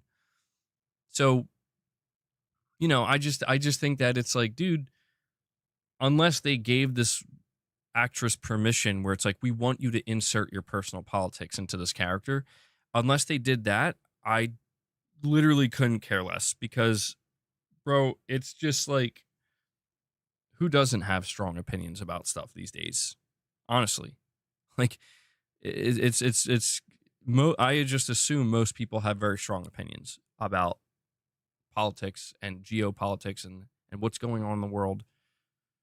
And that's fine. I feel like you're allowed to. It's just, if we're talking in the realm of video games and, you know, what is your job? What is your occupation? You are an actress and you were hired to play a role. Okay, well then play the role. You know, and if you do a good job, that's all. That's the only thing that's going to be relevant to me. However, you know, whatever you're posting on Twitter, unless I'm following you on Twitter, you know, where it's, which I'm not. I'm not following this person because I don't care. It's like I'm not following any actors or actresses on Twitter, you know, or any social media page because I'm not interested in that. You know, I'm just literally not. It's when like you see like famous actors or actresses, like they trend because they give their political opinions and everybody's like, just shut up and do your job. It's like, well, they're allowed to have that, you know, but I do understand. It's like some people would rather not know. It's kind of like with, you know, you don't talk about politics when you're with the family, you know, or family gatherings. You don't talk about finances. You know, there's just things that you're not supposed to talk about, but it's like, people are people, man. You know, social media is giving rise to say whatever you want, whenever you want. Who gives a shit anymore? Unfortunately. You don't think Sucker Punch cares as much about the political aspect, but they do seem more concerned with making a game with historical accuracy to the time period while taking some liberties. Yeah, that's what I'm talking about, man. Like, Fred, that's like been their major focus with Ghost of Tsushima and Yote, where like they want it to be as accurate as possible, historically speaking. And I'm like, yeah, it's, you know, the area where I forget, what is it, Hokkaido in, you know, early 1600s, it was kind of like known to be a place where, you know, a lot of outlaws would go. It's you know, it's kind of like the Wild West in a sense, and you can kind of you get that vibe that like, yeah, it's like it's kind of chaotic out there. There's really no rules, so, you know, in a sense, and I think that's cool. You heard Sucker Punch's main reason for the time period move was for all the extra options and weapons it gives them. Yeah, it makes. I mean, that's something that I think some people maybe didn't consider. I was like, what's one of the reasons why you would do a 300-year time jump? That's a pretty good reason why they would maybe choose to do that. But I'm glad to hear that, Chase. You're welcome, man. Thank you for tuning in. Well, Garrett, I don't know if it's been confirmed that there are no stances, but there might not be. I'm thinking the vibe I got from the state of play with Ghost of Yote was very much, rather than having like 4 different stances for one weapon, the weapons themselves are going to, because when you would play Ghost of Tsushima and you would switch with different stances with the katana, it made a singular weapon feel like 4 different weapons. And so this time it just seems like instead of doing that, they're just like, well, we're just going to give you like 5 or 6 different weapons, or I don't know how many exactly there are, but every weapon's going to feel like a new stance essentially, and just has a whole new feel. And maybe that does make sense because I was wondering if they were going to give each weapon a stance, but then I started to think that would run the risk of maybe being. I don't know that it's lazy because the more I was thinking about it, I'm like, if the idea is they want to encourage you to use different weapons, right? In the game, if each weapon has like 4 or 5 different stances, you're much more likely to just pick one that you like best and stick with that. And it would actually, I think, be counterproductive to trying to encourage people to, you know, try the different different weapons and kind of. I think it's like a way to kind of force you to use different weapons and get a feel for those different weapons. Yeah, that's true, Silent Spartan. I do owe you guys. So I owe you back reps. I mean, not like, you know, not rows or anything like that, but on the last stream, I wasn't able to get the reps in. So we'll make sure to get them in today for sure. No doubt. I owe you guys. Holding me accountable. Can't get lazy, bro. Got to get those gains. I mean, yeah, dude, it's that time. And there he is, bro. I'm like, Silent Spartan shows up. Is it happening? He comes in. He drops 50 memberships on you guys. Holy shit. Silent Spartan, he can't stop. He won't stop. He keeps coming in and dropping 50 bombs on you guys. We need W's in the chat for our man Silent Spartan. Just unbelievable, colossal support. I don't even know what to say at this point, man. This man has been showing up nearly every stream and dropping 50 member gifts for you guys. So absolutely W's in the chat. I'm going to give him a crazy and we're definitely gonna have to do quite a few reps at the end of the stream today. I got my dumbbells with me. I got a little bit more space here. I moved my desk up a little bit. Michael says this man took my job from me. Well, I mean, dude, we've been getting some incredible support on the channel here, and I really, really appreciate it. So it's been a huge difference maker. Absolutely. You guys, I always say you make it so that I can continue to do these streams, produce the content, kind of run this little independent thing that we do here. But you know, you're also supporting my family. You're supporting the community. Unknown, don't worry. We're doing reps today, man. Yeah. No worries. I know that's his big concern. We're doing reps today, right? We'll do reps. I just want to make sure we get through the topics before we do, though. Because when I start doing reps, you know, in the middle of the topics, people are like, well, all right, I'm going to head out now. At least some people.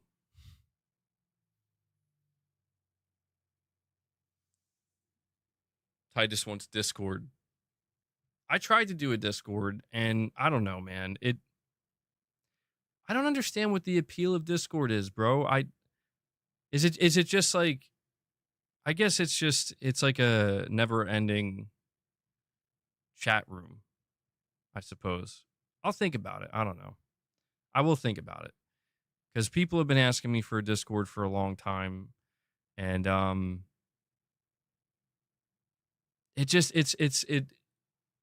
when I did it for a little bit, I didn't even use it. That's the thing. Like, I didn't even use it. I didn't even go there. I'm like, I don't know, man. I'll think about it, though. I know it's like the thing to do. And Silent Spartan comes in again. Silent Spartan comes in and drops 20 more member gifts. This man cannot be stopped. He just dropped 70 member gifts. Like it's nothing. My mind is blown, bro. Silent, dude, thank you so much. The membership monster. That's what we call him now. He's the membership monster. He comes in and he just drops bombs, bro. We need more W's in the chat. I mean, geez, where does that take us now? I don't even know where that takes us. Absolute beast. I see Hanzo's getting good use from his from the Arnold emote. Yeah. I think that's my favorite one. And that brings us up to 96, dude. 96 members. That is, well, we are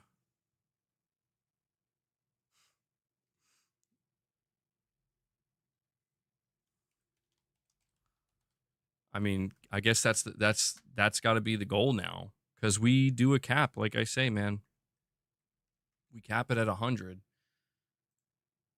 Well, it's Silent Spartans here. Let's just cap it at 300. Why not? Gaming Survivor says I'm not on Discord.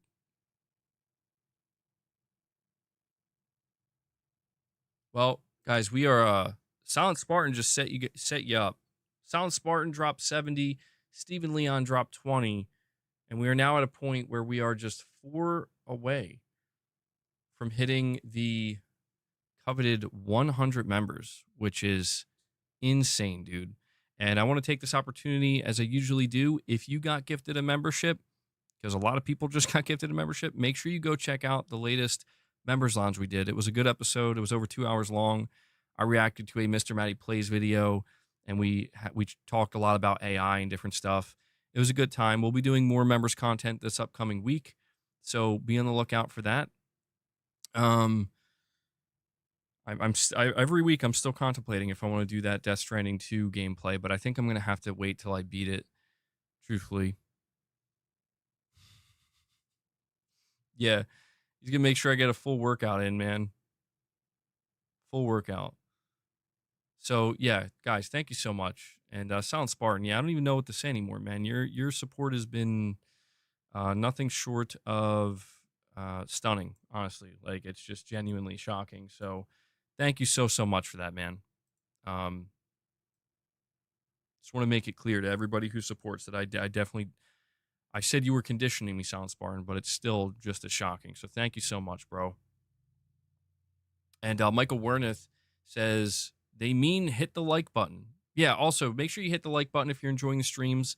We're almost at 125 likes. Let's push for 150. It definitely helps out. And Omen86 with the super chat says, I mean, Zelda Breath of the Wild on the Switch 2 pulled me away from playing Death Stranding 2 this weekend. Need I say more? Nintendo plus Sony both produce quality. I mean, the amount of people that I've seen this generation, and especially now that the Switch 2 is out, basically feeling like PlayStation 5 or Pro and Switch 2 is really all they need. I think for some people it might be PC and Switch, or for some people it might be PS5, Switch 2, and PC. But yeah, generally speaking, man, I think that the combo that you have here, Omen, the PS5 and the Switch 2, I think that's going to be one of the most common combinations you're going to have with people, because I don't think many people are going to try to make the Switch 2 their main go-to console. I could be wrong about that, but now that we're past the reveal and the release, and we see the third-party support it's getting, I think it has strong third-party support, but I just don't think people are going to be going to the Switch 2 as like, yeah, this is my go-to now. I'm playing everything on this. I think the Switch 2 is still going to play the role of the exclusive machine and the second, maybe not secondary console, but a supplemental console, kind of like what you're saying here, Omen. I think that's going to be the most likely combo going forward, where like next gen, I think for a lot of people, it's going to be PS6, Switch 2. I mean, I was speculating that maybe it wasn't going to be that. I was speculating that I think maybe it's going to be people, trying to decide, do I want a PS6 or do I want a Switch 2? I don't think people are, or even, PS5 Pro when the price eventually goes down. How do you kill the rodents in DS2? Dude, I accidentally ran over a kangaroo and felt really bad about it. Yeah. I didn't want to talk about it, but now that you mention it, Michael, I was doing a delivery run. I was driving the I forget what it's called, like the delivery van or whatever, the larger one. And I don't know why I thought this. I was like, they're not going to let me kill this kangaroo. If I run it over, it's just going to get knocked out and I'll capture it. No, I ran it over. It just straight up died. And it was like, you just lost 100 likes. Minus 100 likes for that, bro. And I'm like, Well, now I just feel awful. And Paul Ganell comes in. Paul Ganell says, I'm going to drop 5 membership gifts to get us over the 100 mark. He does it. Paul, thank you so much, man. And this is a soundbite for all of you guys. Simply put, it's the most powerful console we've ever Shouldn't that built. cause a void out? I don't know. I don't know if it's applicable for wildlife. I don't know if it's just humans. Paul, thank you for getting us to 101 members now. Crazy work, guys. Seriously, thank you so much.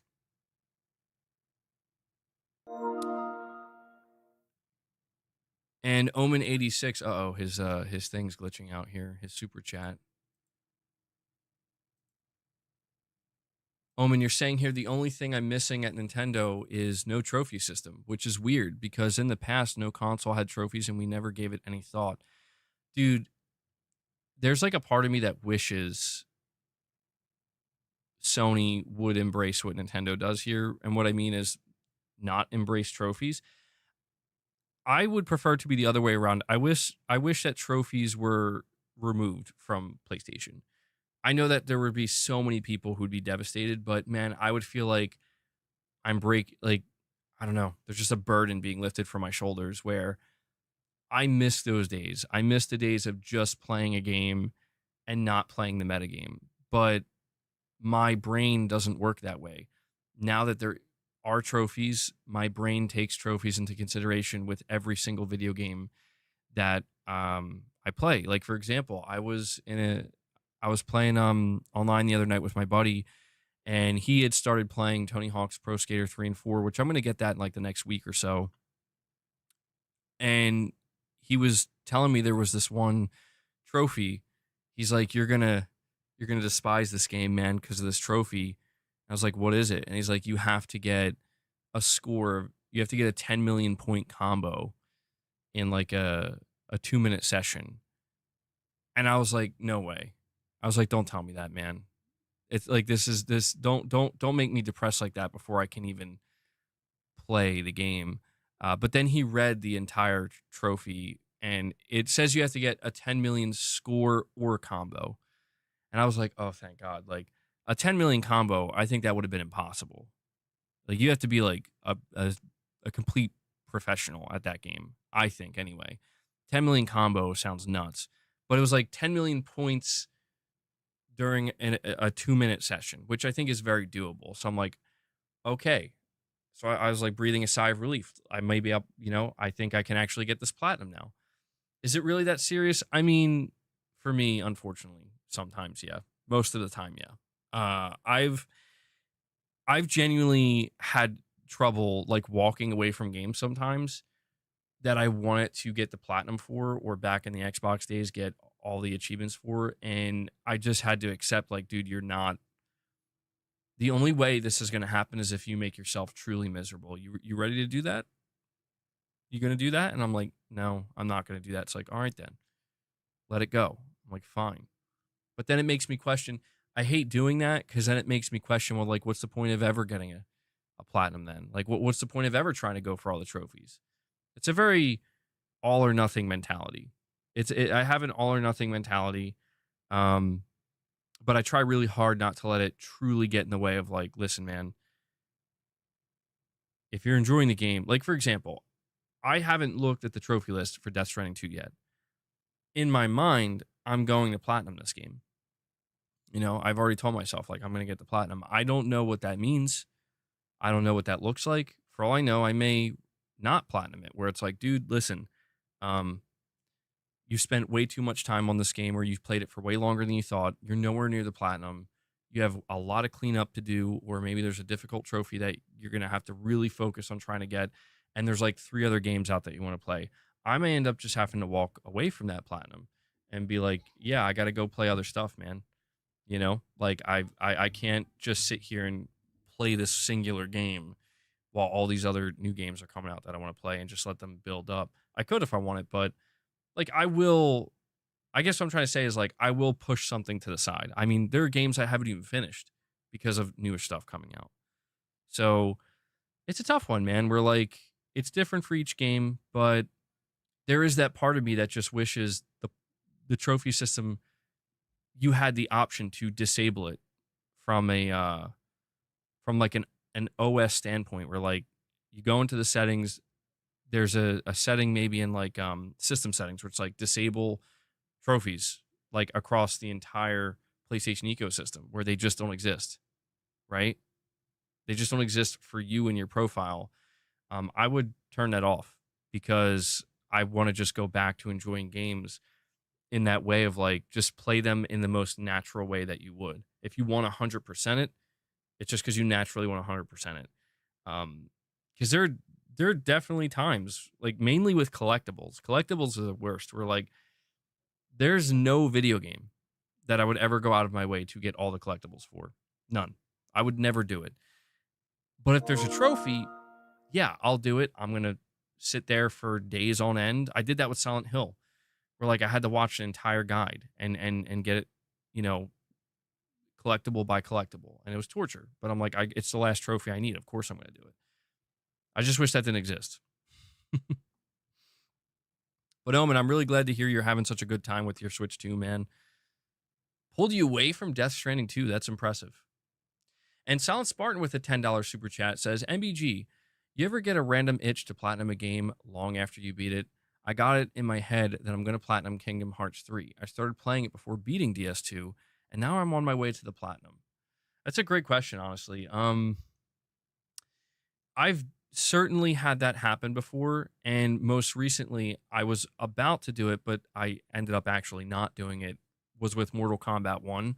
I needed one more trophy, and somebody was letting me know. They were like, dude, the trophy's attached to like an event they do every couple of weeks or every month or two or something, where you have to fight this like boss battle, but it only shows up on like a rotating basis. And I was really thinking like, you know what, man, I haven't played this game since it came out. I have no idea. Like, I forgot everything. But maybe I'll boot it up just to get that last trophy. I never did. And Elden Ring, yeah, thank you, Sage. That was what I was going to bring up next. The most recent example of that actually happening where I did go and get the platinum was with Elden Ring, where when Elden Ring came out, it was, you know, it took over everything and it was amazing and I was loving it.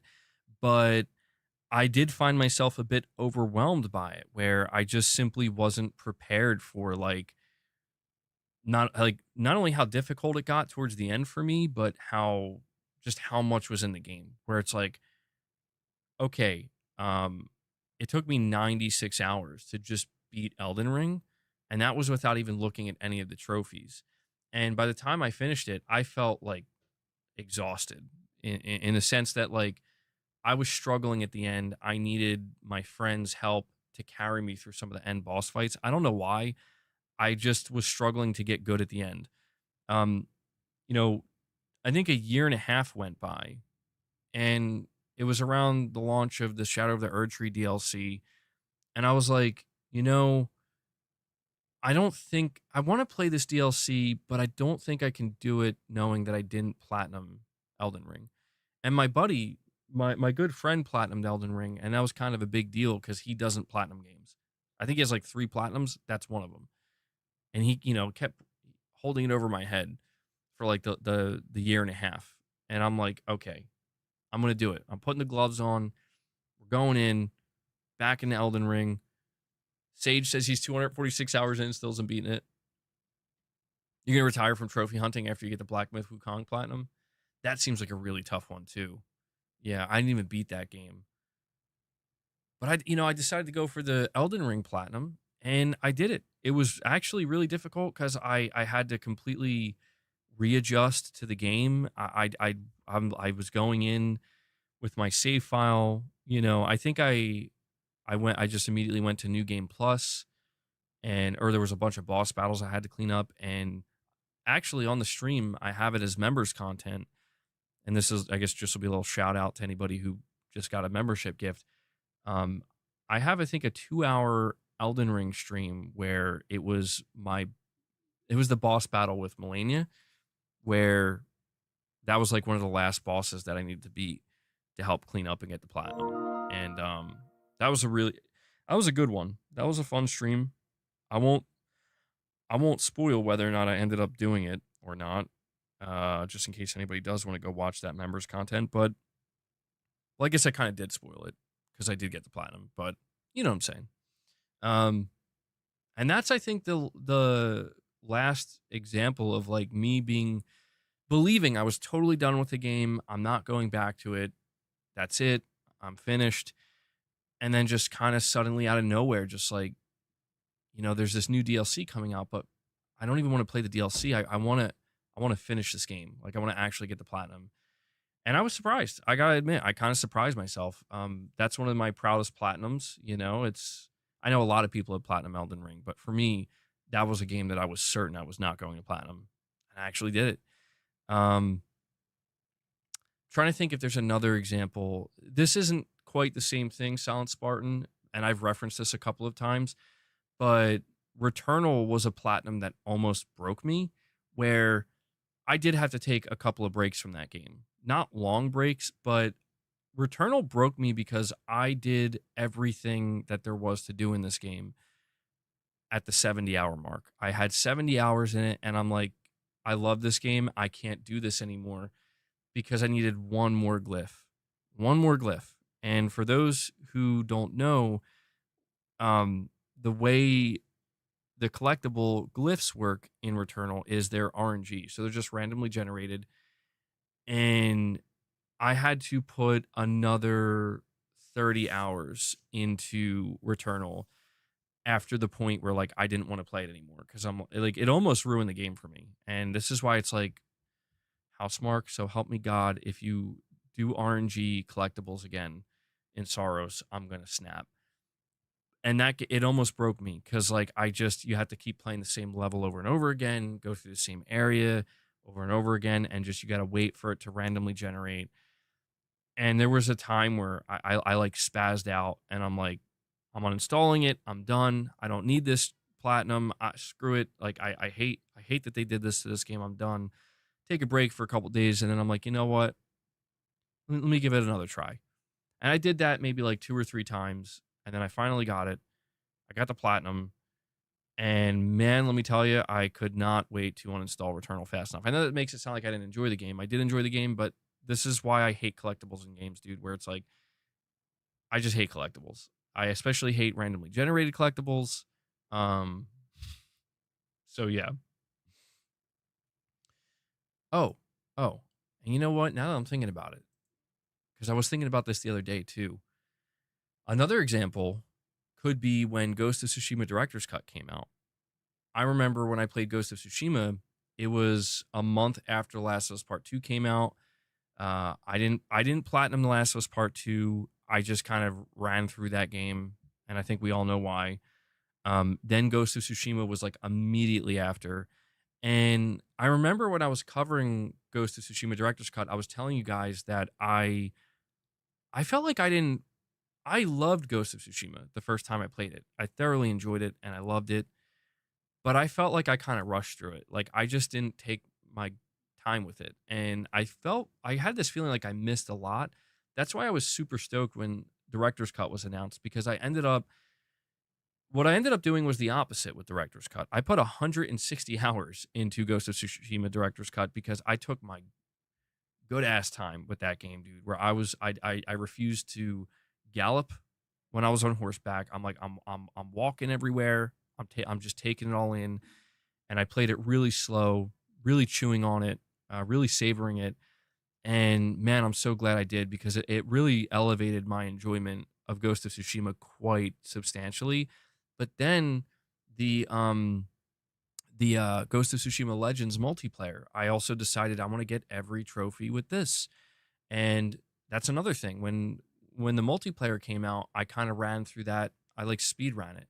I got through it really quick, and I was like, you know what? I don't think I gave Legends enough of a chance when it came out. I'm gonna sit here and play it with my buddy, and we ended up getting a couple of friends together and doing the raid. And when it's all said and done, like I got everything. I did every possible thing you could do in Ghost of Tsushima Director's Cut, including the DLC of the Icky Island and everything. And I'm like, dude, like what Sucker Punch did with Ghost of Tsushima, the Icky Island DLC, and the Legends multiplayer is one of the most complete packages I've ever seen for a video game. And I hope that they can do that again. I hope that they can top that with Ghost of Yotei. But that's another example of I kind of like had the itch, and it was facilitated through the re-release of the director's cut. Yeah, I would definitely be interested in it, Tarnished, for sure. And I'm curious to see if it does come out. We have Omen86 with another super chat, and he says, I even played some OG SNES Mario Kart on Nintendo Switch online for nostalgia's sake. Instant fun. How's it possible I did without Nintendo for years? Uh-oh. Uh-oh. I think it might be happening. I think the Nintendo takeover for Omen86, it's real, bro. It's happening. It's pulling him away from DS2. I don't know. I'm not... I don't know that I would feel the same way. Omen. What? Oh, sorry. I thought Mrs. MBG was talking to me. I don't know that I would feel the same way if I decided to embrace the Nintendo Switch 2. I don't know. I mean, I'm going to leave that to my wife for now, where she's always been more of a Nintendo fan, certainly much more than I am. I don't know. I walked away from Nintendo, I think, when I was like 9 or 10 years old, and I just never looked back, man.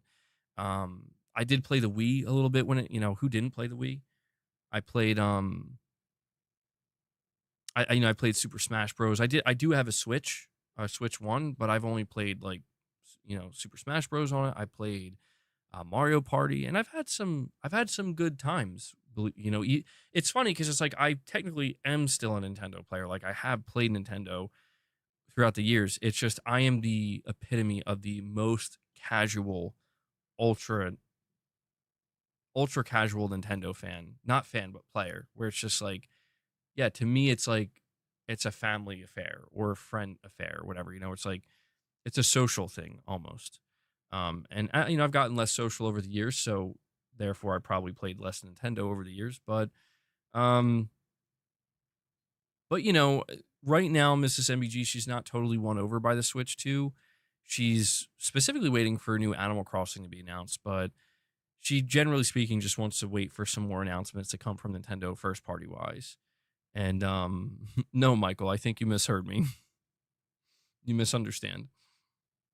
And, once that happens and we do buy the Switch 2, I'll probably bring her back on the channel, have her talk to you guys. Omen, she'll give her thoughts. And who knows, maybe I'll try it too. I don't know.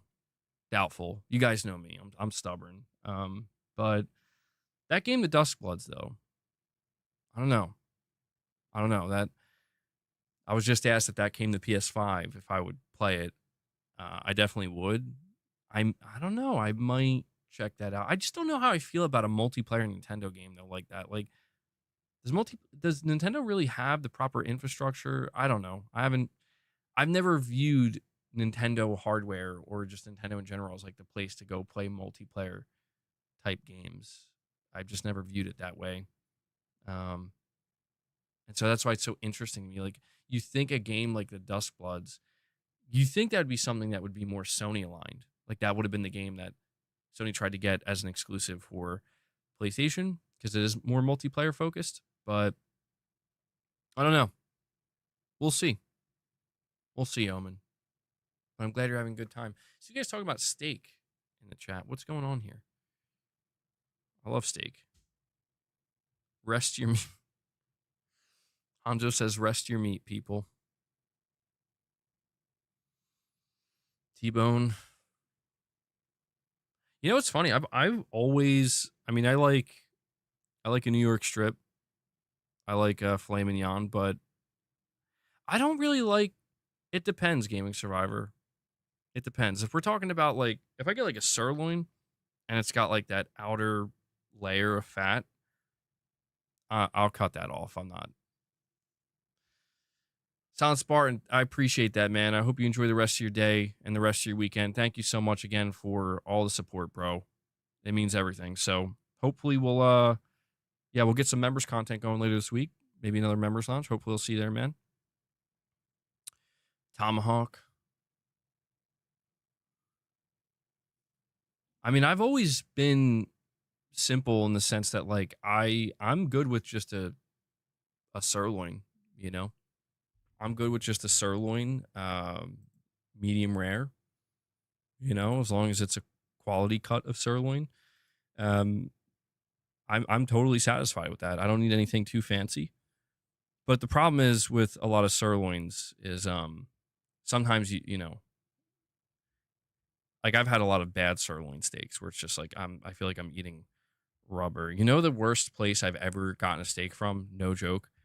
And I know it's like this isn't the place you go to get a steak, and I want to make it clear I did not specifically go to this place for a steak. It's just I decided I'll just get this. It's on the menu.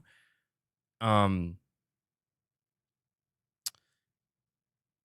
Chili's, at least the one near me. Like it was so bad. I was like, this is, how could you give anybody this? It was like literally eating a tire, dude. I'm like, couldn't eat it. I probably should have sent it back, but I felt like it was my fault. I'm like, what kind of idiot orders a steak at Chili's? What did you expect? Chili's has good wings though. At least maybe that's why I was like not that upset, because I got wings there and I was like, these are really good. Like these are way better than they have any right to be.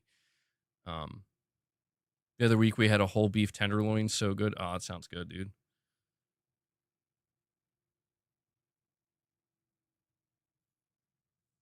It's probably because they didn't serve you sirloin, but another cut. It was awful. It was terrible.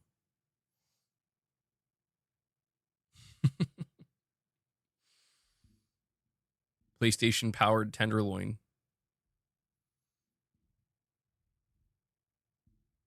I mean, I've had like a porterhouse. I don't think I've had literally every type of steak there is to eat. I don't think I've had every type, but I've had most. But I really like steak. Yeah. I love beef. Do you think it's true what they say about beef? How like beef is like bad for you, or like, you know, it's just been linked to like cancer or whatever. I don't know if I believe this necessarily. Maybe I just don't want to believe it because I love beef, dude. And sometimes I feel bad. I'm like, I think I'm eating way too much red meat. But I don't know. I feel like how much of this stuff that I've been told over the years is just total nonsense. It's healthy as long as you're having it in the right portions. That's what I figure, man. Like, yeah, it's like so nutritious.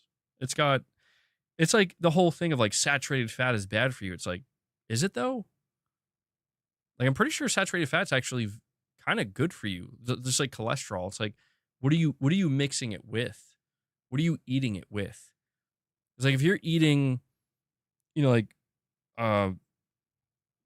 you know, like a good quality steak, but you're eating it with like and I'm guilty of this because this is maybe what makes it bad for you. So you're eating it with like 3 servings of white pasta, you know, like pretty sure it's not the meat that's bad for you. It's eating it with a bunch of carbohydrates and simple sugars, basically, is what it is. You're eating it with sugar, essentially. And I remember I heard this thing one time, and I think it's true. And it was like the combination of saturated fat or high fat and high carbohydrate does not exist in nature. And that's seemingly true. Like, so if you eat meat, it doesn't have hardly any carbs. Like there's like no sugar. It's just protein and fat. If you eat plants, it's lower carbs. You know, if you're eating fruit, that is sugar, but there's no fat in fruit. So these things are not combined in nature, but we have so many foods and combination of foods that combine these two things. Turns out that it's not the foods themselves that are bad.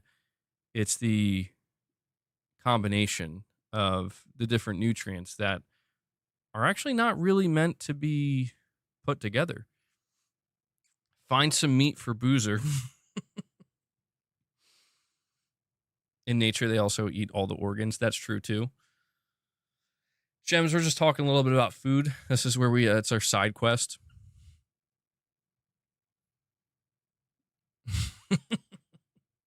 Just just eat green berets for breakfast. It's like you know, it's like eating a hamburger with a milkshake. Probably it's not good. Yeah, it's PlayStation podcast, bro. My weakness is sugar, though. It really is. Like man, I've really let myself go. I think the last year in terms of my diet, like no joke. I just completely. I got to try to figure out how to like ease myself back into trying to be a little bit healthier, and trying to like cut down on certain things. Because I mean, I think I'm still taking advantage of the fact that I'm young, or younger. Like I'm 31, so I figured to myself, I'm not like in my 40s and 50s yet where I got to worry about, oh, watch out for your arteries and stuff. But I'm like, nah, well, you know, it's because I had that all or nothing mentality. I'm telling you, it's because I had that all or nothing mentality. Stay away from them corn oils. Petrov says he's hungry now. Pastries and fresh cream is my weakness. Unverified bear. The chat's like strudel. Oh my god, strudel. I mean, it's stuff is dangerous. It's straight up dangerous, man. Like it becomes like addictive. It tastes so good. It's not cool. It's not cool, man. My weakness is ice cream, for sure. I can forego a lot of stuff if I have to, or if I'm like trying to, like pastries, cookies or cakes or whatever. I'll still eat those things, of course. But if I'm like trying to actually be good about how I'm eating, I can forego that stuff. Ice cream, I can't, dude. Ice cream is my weakness. It's so bad. Like, I've actually thought like I should probably just fast for most of the day and just leave a little bit of room for ice cream at night or something, because that's my weakness. Personal goals moving forward: more exercise, play more Nintendo, cut ties with anything Microsoft altogether. Well, you started with more exercise, so that's good. That's good. Part of my yearly goal update halfway through the year: sever all ties with Nintendo, or not Nintendo, with Microsoft. Your weakness is 3 a.m. pancakes. That's okay. That sounds pretty bad. Yeah. Pancakes are good. I like pancakes. I love French toast, though. French toast is my favorite. And Mrs. MBG makes a great French toast. Actually, Mrs. MBG she's great at cooking in general, but her breakfast is really good. She makes great pancakes, but man, her French toast is the best. You get French toast, a little bit of powdered sugar, fresh sausage links. Now I'm starting to get hungry. What are we talking about again? What were we supposed? I think I was supposed to be talking about a PC player who bought a PS5 Pro. I'm losing people. They're leaving the stream. They're like, man, I just want to hear. I just want to hear video game talk instead of talking about French toast and sausage. Can I send a meme video for this conversation? Sure, Devil Shooter. I think. Hopefully I won't regret that. We're talking about Cooking Simulator. Well, actually, speaking of platinum trophies, one of the platinums that I did, I do have, as I'm on my way to my 50th, is Overcooked. That was a game that me and Mrs. MBG played together. It's a co-op game. I don't know how many of you guys are familiar with it, but oh man, it can be a very stressful game. But yeah, it's all about cooking. And got the platinum for that. Proud of that one. No, I haven't touched my PSVR 2 in a long time, man. I seemingly just couldn't ever get adjusted to it. No matter how much I tried, I would always get a headache. I would always get sick. I'm not saying I'll never use it again. Certainly not. But I think I'm gonna wait to see if Resident Evil 9 gets support, because the last game I played on it was Resident Evil 4, which was awesome. And I'm just kind of was getting upset that I kept getting so dizzy and so sick from it because I was enjoying it so much. But Shem says overcooked as hell. Omen, you're saying you really need to play Trek to Yomi. It's made with the same love as Sucker Punch. I'll have to consider this, Omen. Yeah, I'll think about it. Because I do have it in my library.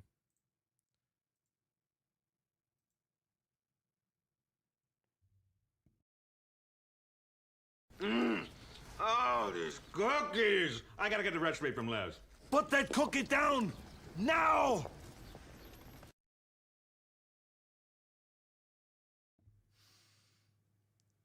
Thank you, Devil Shooter. That's 100% what we needed. And is totally appropriate for the conversation. I'm not exaggerating. That was perfect. You know, it's funny. I did have that as a soundbite a while ago. I think I ended up replacing it. But yeah, man. Well, we do have two other topics that we're going to have to talk about here. We are still talking about video games. I know I lost a lot of viewers, but that's probably, you know, that's my fault because we just completely shifted away from video game talk. I want to go over this real quick because I found it on the PS5 subreddit. And I just find it interesting because there's always this conversation about the PS5, specifically with the PS5 Pro, like, you know, console versus PC, which is better? Is the PS5 Pro actually a competitor to PC? You know, do PC players actually ever go like willingly to console? Well, I came across this post on the on the PlayStation 5 subreddit, and it says, new PS5 Pro owner coming from PC. Oh my God, I finally get it. They say here, please read the whole post before assuming my desktop is a toaster, LMAO. He says, I have a fairly high-spec PC, very fast storage, CPU and GPU, etc. Bought my first ever new PlayStation the other day, the PS5 Pro, and the first PlayStation I've owned since the second-hand PlayStation 1 that I had in 2006. Graphics are great, of course, Death Stranding 2 being no exception, but I'm just blown away by the load times. Specifically, where are they? Sony wasn't kidding about getting rid of loading screens. It takes less than a second to load into a game of Death Stranding 2 from the game's menu. Maybe 1 to 2 seconds of loading screen to get into the game menu itself from the PS5 homepage from a cold boot. I'm all over this SSD tech and what Sony has managed to achieve here. This is awesome. And he says, because some people are asking, the specifications on my PC are a Ryzen 7 5800 X3D, RX 7900 XT, and 2 times Samsung 970 Evo Plus NVMe drives. Not saying I've never seen fast loading times on PC either, and maybe it's just Death Stranding 2 being an example of a very well optimized game loading-wise, but with PC, you don't get these load times everywhere because not everyone uses direct storage in their games, which is the only way you can really benefit from NVMe on desktops. On PS5 and Series X, there is dedicated decompression hardware in the CPU itself that fields all of this itself without the need for most of the work to be offloaded to your CPU or GPU to decompress assets. For example, Horizon Forbidden West also loads near instantly on my PC, but not all games can take advantage of my NVMe drive properly, and it's highly selective with which titles do. So, what do you guys think of this? Oh, hold on. Lost my stream here for a second. We have I'm assuming this is legitimate. It does seem like Mark Cerny himself wrote this. I'm not going to lie. Bro, we are watching Omen turn into a Nintendo fanboy in real time. He says, you know, where there's also no loading cartridges. I can hear the crying from certain YouTubers now. You think it's cap?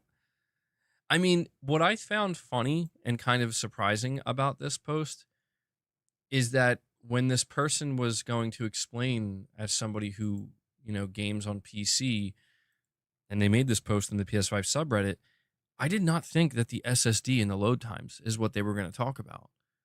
Like, that genuinely caught me off guard, where I thought it was going to be, you know, something about how, like, graphically it holds its own, or, you know, maybe they like the OS, they like the simplicity, something like that. Saying sounds like the average PC gamer that doesn't own a high-end PC. Shems is like, good for him, I guess. I don't know. I do find it interesting because, well, I mean, I guess it's not surprising, but this post in the PS5 subreddit got quite a few upvotes. Somebody says, to be honest, the SSD tech has been the generational leap for this gen of consoles. Somebody says, Death Stranding 2 in general just loads extremely fast. I have a base PS5 and have the same experience. Kojima has some black magic stuff going on with this game. Very impressive. Somebody says, to be fair, while the PS5 load times across the board are good, DS2 is black magic.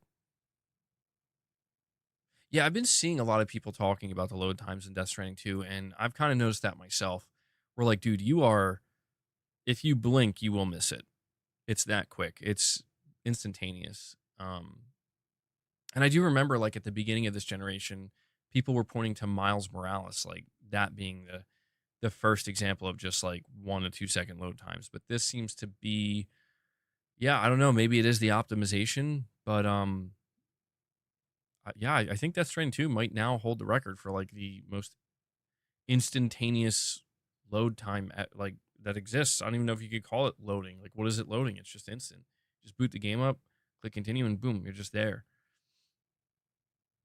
This person does say, though, does your PC not have an SSD? LMAO, what is this comparison?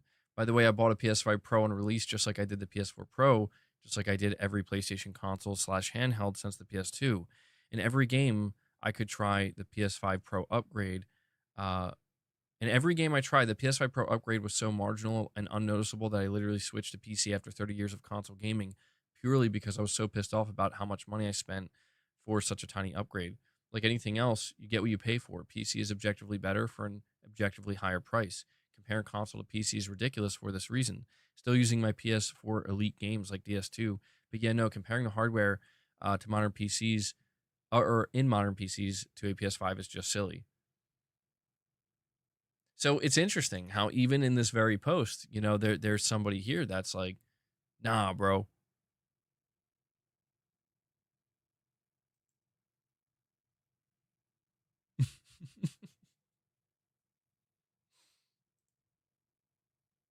Reddit.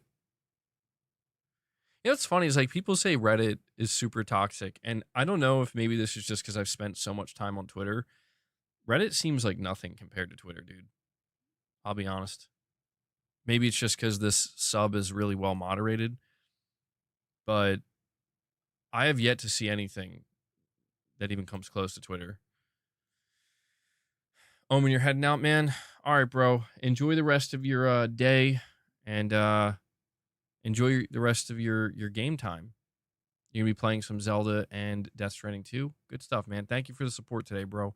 Yeah, this will probably be an earlier stream that we or we'll wrap up a little bit earlier than normal, just because it seems like we're coming off of a.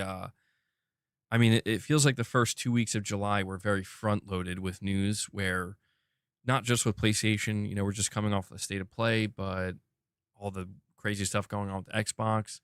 And every time that happens, there's always this kind of like, you know, downshift, unnecessary downshift, where it's like, man, got to take a breather, you know. But he says we're all legends. Yeah, I gotta definitely get more playtime in Death Stranding 2, man.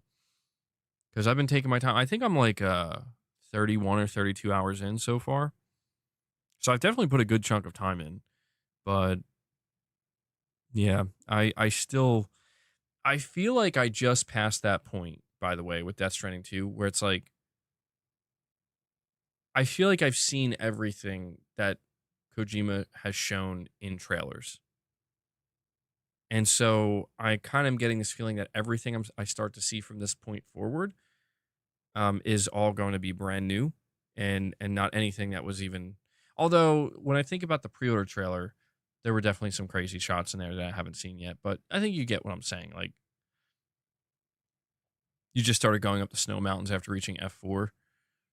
Dude, oh yeah, let me tell you this real quick. So for anybody who is past chapter 7, I think it's the final mission in chapter 7. And there's no spoilers, but basically you have to take a package from like one end of the map to the other end of the map. And I did something wrong. I went to an area that it's not that it was like closed off. It wasn't closed off. Like I was allowed to go to this area, but I definitely didn't have to. I think I was meant to go around where um I wanted to just go straight through. And I didn't realize that. I mean, I kind of knew when I was planning my route that like, okay, so right in the middle of my straight line route, get from point A to point B, is a giant mountain, like a snow covered mountain. And I was like, you know what? I'm ready for this.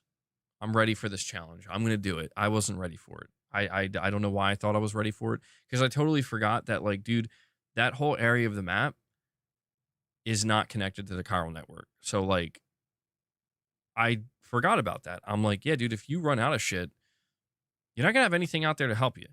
You're just on your own.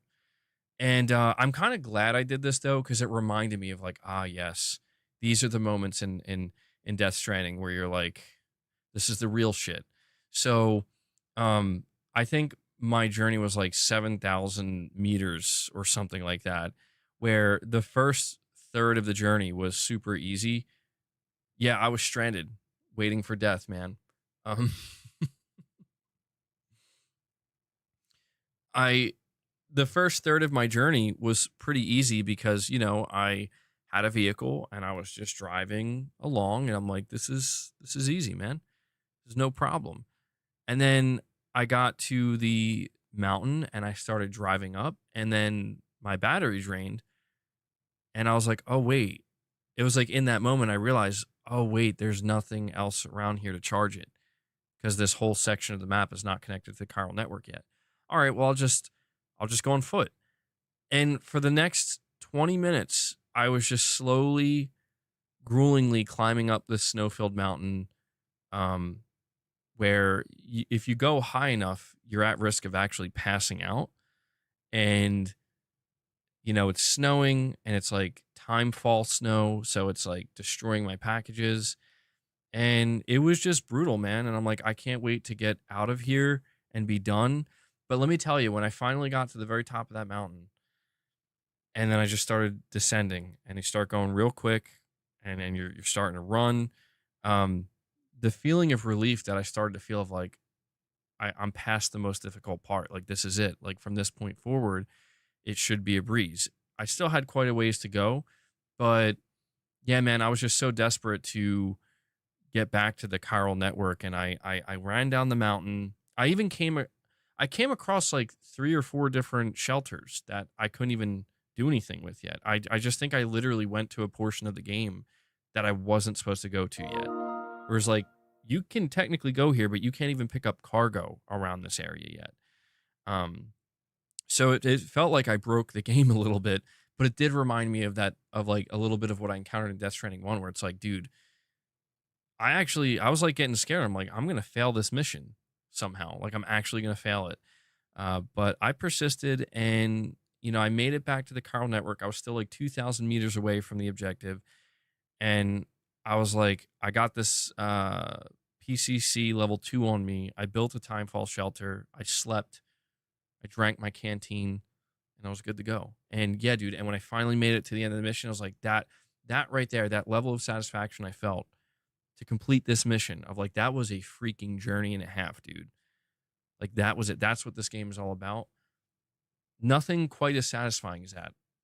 Truthfully, it's not like I beat some big boss battle. It's kind of like, overcoming that mountain and finding myself in an area of the game where it's like, you thought going just a straight line was the easiest way. It was actually the most difficult way. You found out, and that mountain in a way kind of was the boss battle. We have Faber Dud, excuse me, with a $5 super chat saying, traded in my PS5 for a Pro against my better judgment, and I'm sorry I did. I barely noticed any difference at all, and I paid $400-ish for almost nothing. Damn, Faber Dud, I'm sorry to hear that, bro. I mean, I guess the question I'll ask is like, what games have you tried on it so far? Because the only problem with the Pro, in my opinion, is that it's not a guarantee. I don't think he's lying, Prince. I think it's that it really is dependent upon what game you're playing. Like there are some games that are pro enhanced that really there's not a big difference at all. Um no, I'm not trying to be condescending. No, I think that like for example, like I do play like Call of Duty Zombies with Mrs. MEG, and I've played like Black Ops 6 is a game that's supposed to be like pro enhanced, and it's like, dude, I don't know about that. I don't know that there's much difference there. That's shocking to me, Faber Dot, if that's true. You're saying you booted up Forbidden West and couldn't see any real change? Ooh, I don't know about that one, man. Really? That I wasn't expecting that to be the game. I mean, I mean, I guess it's just one of those things where if you don't see it, you don't see it, man. But I don't know. Forbidden West, that's one that I think has one of the biggest. Like, I'm actually starting to wonder if maybe you've seen the best differences in frame rates. You played over 500 hours of Forbidden West and you couldn't see much. Bro's accidentally playing it in 480p. Yeah, I don't know. That's quite a surprise. That's quite a surprise, man. Yeah, 500 hours in Forbidden West is nuts. What TV are you playing on? I mean, Forbidden West, from what I understand, I didn't go back and play it myself, but I remember even Digital Foundry was saying like this is one of the games that's like really kind of, because what's interesting about Forbidden West is they're using a proprietary technology. They're not even using PSSR. They're using a proprietary technology, and it's like, yeah, man.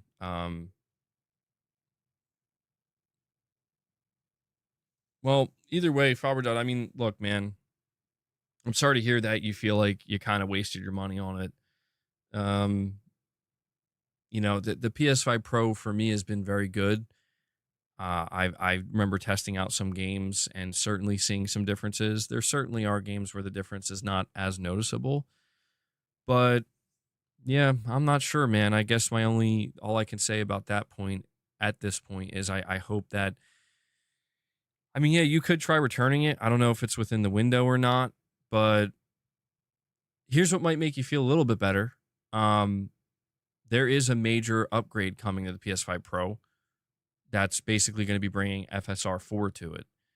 And it's not coming out till next year, but when that happens, games that use that version, I'm assuming that will be like PSSR 2.0. I'm thinking that's what they're going to call it. I don't think they're just going to call it FSR 4. But games that are going to use that, you are going to see certainly a much more significant difference. Like in some cases, we are seeing big differences with games, but once that drops, it's going to be like, okay. But yeah, I don't know. You might want to double check, make sure your settings are all tuned as they should be. Kyle, a member for 23 months, says, how old is he? LOL, boy's eyes are cooked. Yeah, I don't know. I mean, it's an LG C3 55-inch OLED. Well, here's one that I'll recommend. I mean, I don't know if you play Final Fantasy, but Rebirth apparently has the biggest leap that we've seen. But one that I would recommend as well, I don't know if this is a game you played or if you own it to try it, is Assassin's Creed Shadows is a really big one that apparently looks nuts. Haven't tried that one out myself, but Demon Souls. Demon Souls is an example of, well, because you're saying that you notice a difference in frame rates, but I think that maybe we do have to keep in mind because there was this confusion with the PS5 Pro when it came out. People, I think, were misunderstanding that and I'm not saying this is the case with you, Faber. It's just that some people were kind of misunderstanding that it's not so much about the massive visual difference. It's that you will see a game, and like Demon Souls is an example of this, where if you boot up Demon Souls on a PS5 Pro, you might initially think to yourself, oh, well, that doesn't look much different, right? If you played, let's say, Demon Souls on the base PS5 in performance mode. But when you realize that actually the quality level that you're seeing, like the resolution you're seeing, the quality, the crispness, it's matching the graphics mode, the 30 FPS graphics mode. So what I'm trying to say is the 30 FPS fidelity modes being raised to 60 FPS. That's the general idea of the Pro. And I think for some people, they do kind of see that as underwhelming because they don't quite realize that like the difference isn't going to be as massive. Like if you're already playing a game in 60 FPS on a base PS5, chances are it looks pretty good. Probably doesn't look horrible, looks pretty good. But you still get that smoothness of the 60 FPS. For a lot of people, the Pro represents exactly that, except now it looks much crisper. The resolution is now higher. And the overall quality of the image is much closer to the image quality you would get in the fidelity mode. But you don't have to play it at 30. And I think that that has caused certainly some level of, if not confusion, just people not really sure what exactly they're supposed to be excited about when it comes to the Pro. And it's like, I kind of get that. Because I think a lot of people maybe have the realization that, well, actually, I am okay with performance modes on the base PS5. You know, I am kind of fine with that. I mean, I can tell you right now, like I've played Death Stranding 2. It's not Forbidden West, but I played, this is the Decim engine. I played Death Stranding 2 on my PS5 Pro, and I played it on a base PS5 as well in my living room. And the difference is there, but it's not massive. But it is there. Like, for example, when I am playing on my Pro, I can see that it is more crisp. Like I'm playing in the 60 FPS mode, and I can tell that the overall resolution is higher. Like just the image quality and resolution is higher, and I recognize that, and I have a greater appreciation for that. When I'm playing it on the base PS5, sometimes when I play in the living room, it's a little bit blurrier. Not a lot. It still looks phenomenal. It still looks incredible. But it's like as I'm playing it and I'm looking closely at it, I can see it's a little bit blurrier. Does that matter to me? Like, was it worth the upgrade to me? Personally, yeah, it was. Because like I know that that's the version I want. But I can understand why some people, they see that and they're like, well, I mean, let's face it. DS2 still looks amazing on a base PS5. So I think that, there was always going to be the possibility with the PS5 Pro that some people were not going to be as blown away by it, or they were going to be left feeling like maybe this upgrade wasn't fully worth it for me, or, it wasn't exactly what I was hoping for. And I get that. But yeah, for me personally, I've been enjoying it. Demon Souls is a good one if you're able to try it out, man. Demon Souls, I think, is a great example of a game with no compromises on the Pro, where when I saw the visual fidelity and quality of the Pro on Demon Souls, or sorry, let me back that up. When I saw the visual quality and fidelity of Demon Souls on the base PS5 in fidelity mode, I remember thinking to myself, like, dude, this might be the best looking video game I've ever seen. When I would switch it to the performance mode, it still looked incredible, but I could see the difference. I'm like, okay, the quality dropped a bit. Like I can see it's a little bit blurrier. It's not as crisp, but that 60 FPS looks amazing. When I booted Demon Souls up on my Pro, and I realized, like, you're just now seeing the fidelity mode at 60 FPS. There are no compromises. Like this is as good as it's going to look, as it possibly could look on the PlayStation 5. Yeah, man. it was awesome. And I'm like, okay, like this, if even half the games I play can achieve something close to this, I'll be satisfied with that.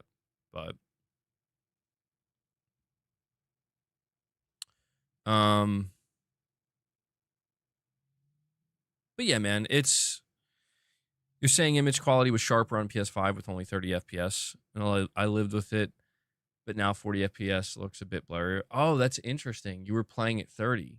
Is that what you're saying, Faberdod, that you were playing the game at 30 FPS? Because that could change the whole situation here.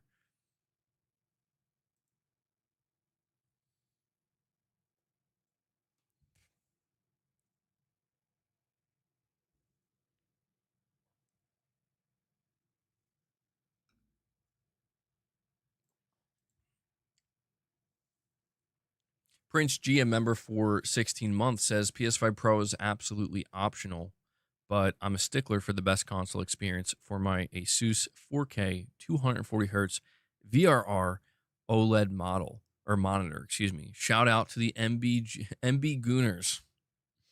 Thank you for that, Prince.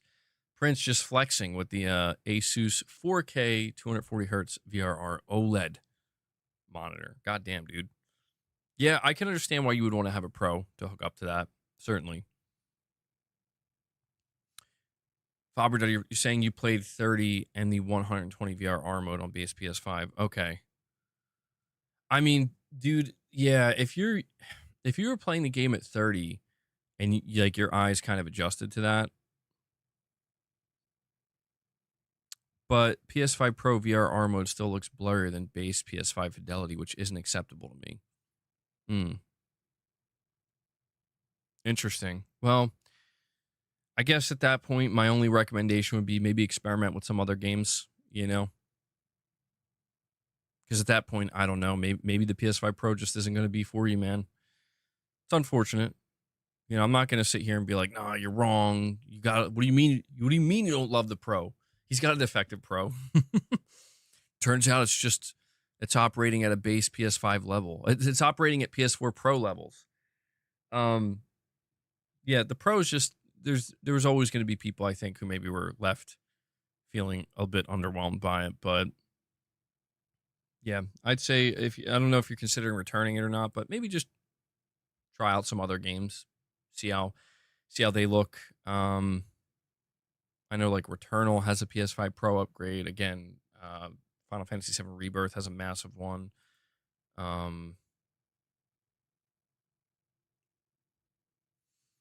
But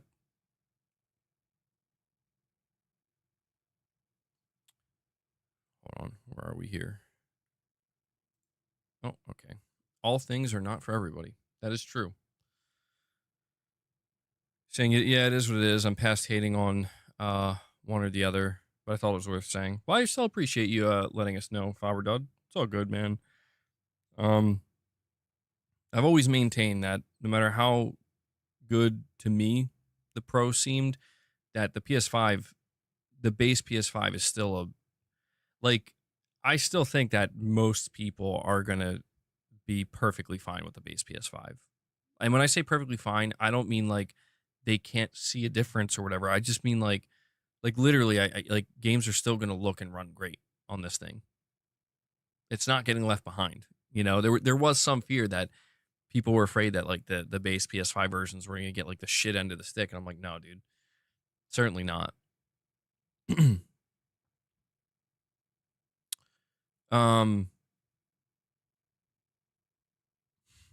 good to know, Broccoli Rob.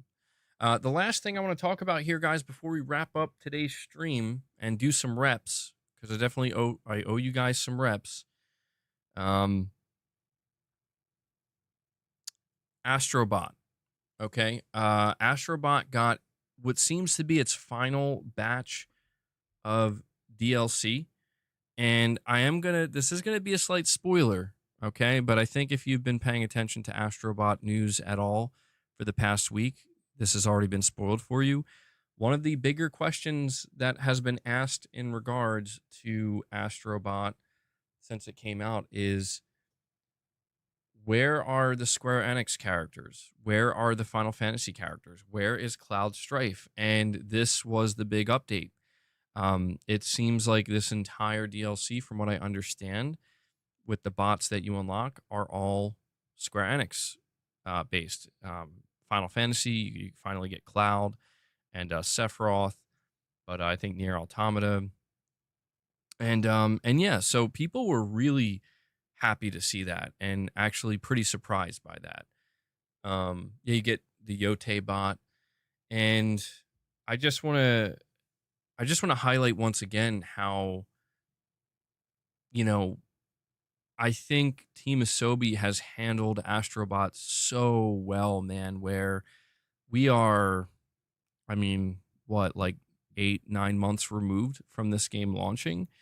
It came out in September of last year, and just the fact that they've added so many free content drops, so much free content, so many updates. And I've been going back to each one. This is the last one I got to go back to make sure I keep that 100%.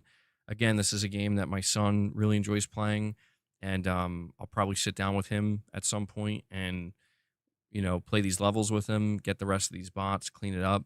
But just want to give a massive shout out once again to Team Asobi, because they just, I mean, they are easily one of Sony's best studios now. And you just love to see these single player games get these free content updates. I mean, Sony could have easily charged for any of this content. You know, they could have charged like $2 a pop for, you know, these 5 levels that they keep dropping every couple of months to get new bots, but they didn't do it. Team Asobi, they're not greedy. They're not trying to, you know, they're not trying to do that. They're just trying to give people a reason to come back and play some more. So love to see it, man. Just really love to see the overall success of Team Asobi, because when Astro's Playroom dropped for PS5, I think we all kind of knew, like, man, this studio is on to something. Like, they're really on to something. They got something great. And we were all hoping that we would see a proper Astrobot game later on in the PS5 generation. Fast forward to where we are now, they drop a Game of the Year winner, one of the best games from any PlayStation studio this generation, and they're still going, man. They're still dropping content, and at this point, I feel like I speak for almost every PlayStation player, not every PlayStation player, but almost every PlayStation player, when I say, like, can't wait to see what they do next. And, you know, it's great to see a PlayStation studio in the upper echelon that's doing something different. You know, it's not, it doesn't have, they're not trying to make a big cinematic AAA photorealistic game. They're doing something totally different. Kind of like what you see with Polyphony Digital and GT7, where, you know, you have these top tier studios that are doing different types of games.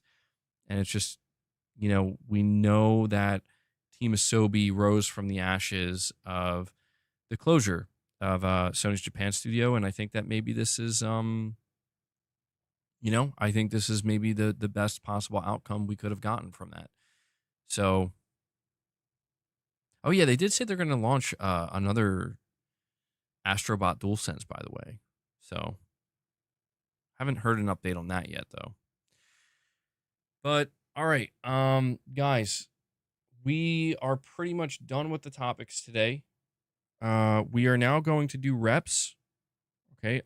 Silent Spartan dropped 70 memberships today, so I absolutely owe you guys some reps. So we'll do those reps, and we will head on out of here. We'll get some more gaming in today, and we'll see what the rest of the week brings. We're going to be doing some members content later this week. We're going to be doing our streams, some videos, but really curious to see what the news cycle looks like, because, like I said, the first 2 weeks of July were very front loaded. They were very front loaded, and it was kind of surprising, actually. So we're gonna get some. Let's see, got to get some music to play here.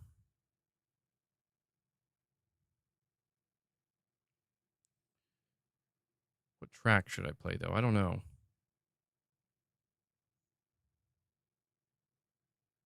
Why isn't it ready to go, though, is a better question.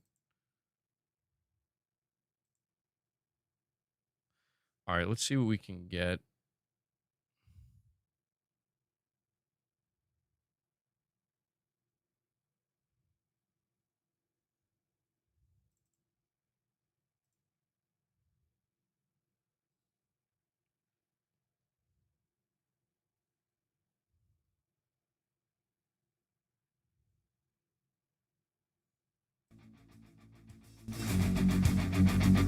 It's not.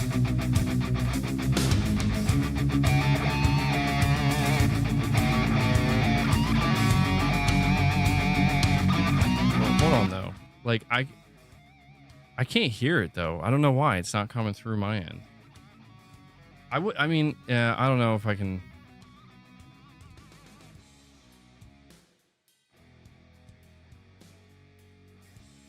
Dude, Prince, I would play Pantera, but actually, maybe I could do Soundgarden. Dude, when I did Pantera last time, my stream got blocked. So I don't. I noticed that if I play Soundgarden, they're like one of the only actual bands that I've tried to play that it seems to be okay. I'm nervous because once a stream gets blocked, I can't do anything about it. I can't even cut it out of the stream. We could do some Soundgarden though, maybe. Let's see. Yeah, how about some Slayer? Yeah, wait. Do you think Slayer? Do you think I would get blocked if it was Slayer? Dude, Slayer's way too.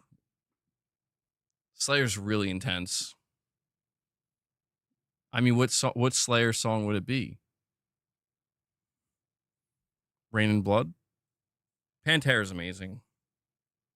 I would do Tool, but I'm not trying to work out for like 10 minutes straight on stream. Every Tool song is so long.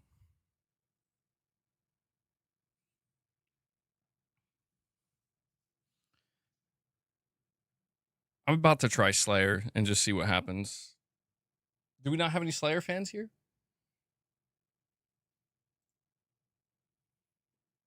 Let me see what else I got here.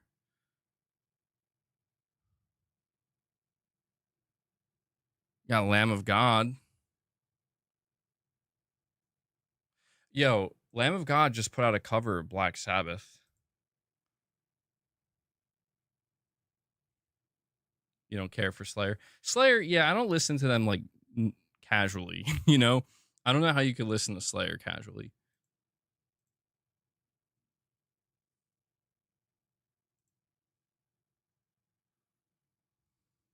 All right, I'm thinking, so Lamb of God just released their cover of Black Sabbath's Children of the Grave. I'm thinking about playing that, but I may have to cut it out at the end. I don't know.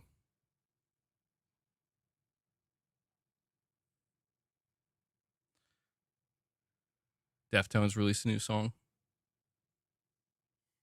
I never heard of Venom. Vanilla Ice. Yo, he wants Vanilla Ice. No way. No, I'm not playing that.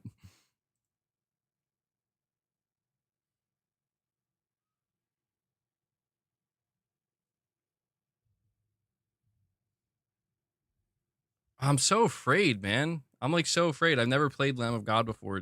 They don't block, right? You don't think they would block, do you?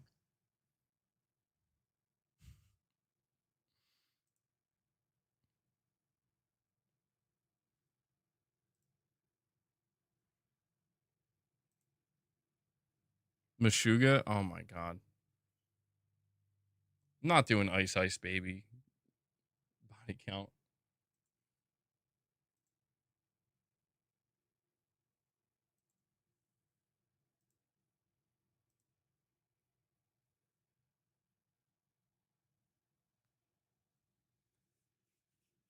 All right. Well, definitely not going to lift to the whole song because it's a longer song. Marshall Mathers. Okay. AC/DC. Hell no, Prince G. Are you kidding me? Well, let me see. Let me see if I can find a short, maybe a short Soundgarden song. It's like the shortest song. Yeah, they don't have a lot of short ones.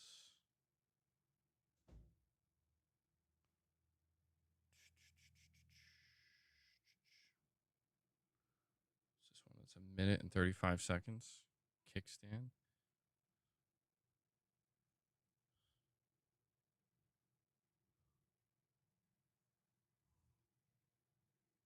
All right.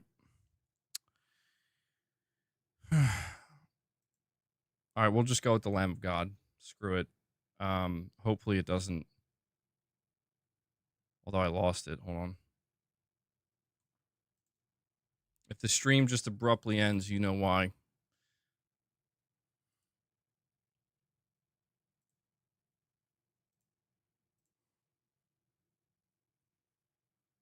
The new Muse trap goes hard. Digital Dude says, MBG, I had my theory confirmed the other day. My little nephew said there aren't any good games out. I checked his games, and it's all the same games that come out every year. Damn, bro.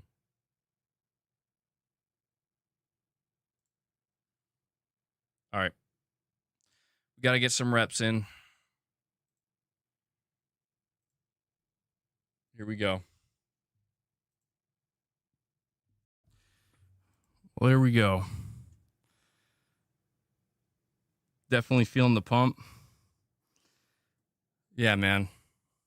My body was not ready for that. It was not prepared. I was like, wait, bro. I thought we were sitting here streaming. What's going on? But I tried to get as many reps in as I could.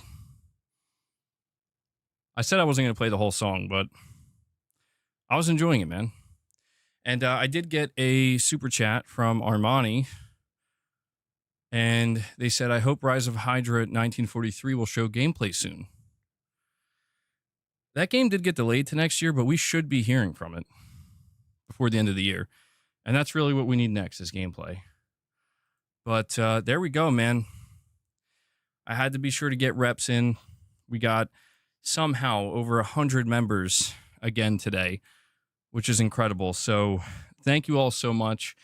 I had to do some extra reps today because I owed you some from the last stream as well, where we got, God, what, like 170 members? So yeah, that's going to wrap it up.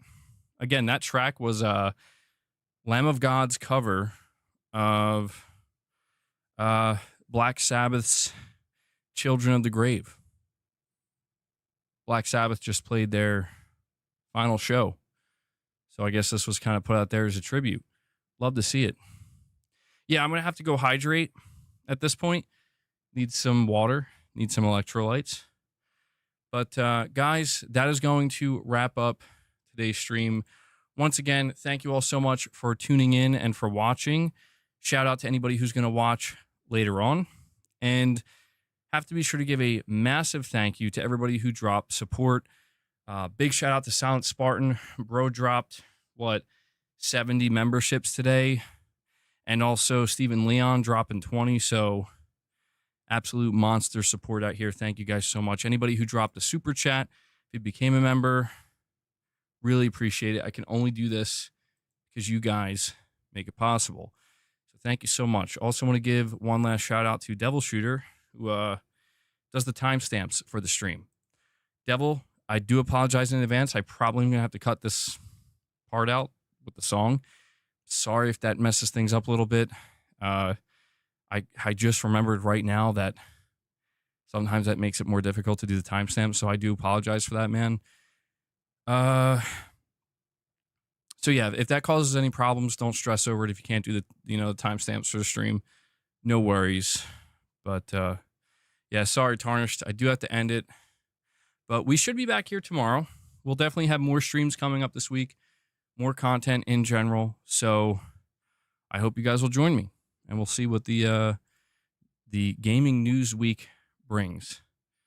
So, oh, it shouldn't cause problems at the end. Okay, all right, that's good. Well, I guess we'll find out. You'll have to update me on that, Devil Shooter, and let me know if maybe that'll be the most appropriate time to do certain tracks. Excuse me. But all right, guys, that's it. Enjoy the rest of your day. Go get some gaming in.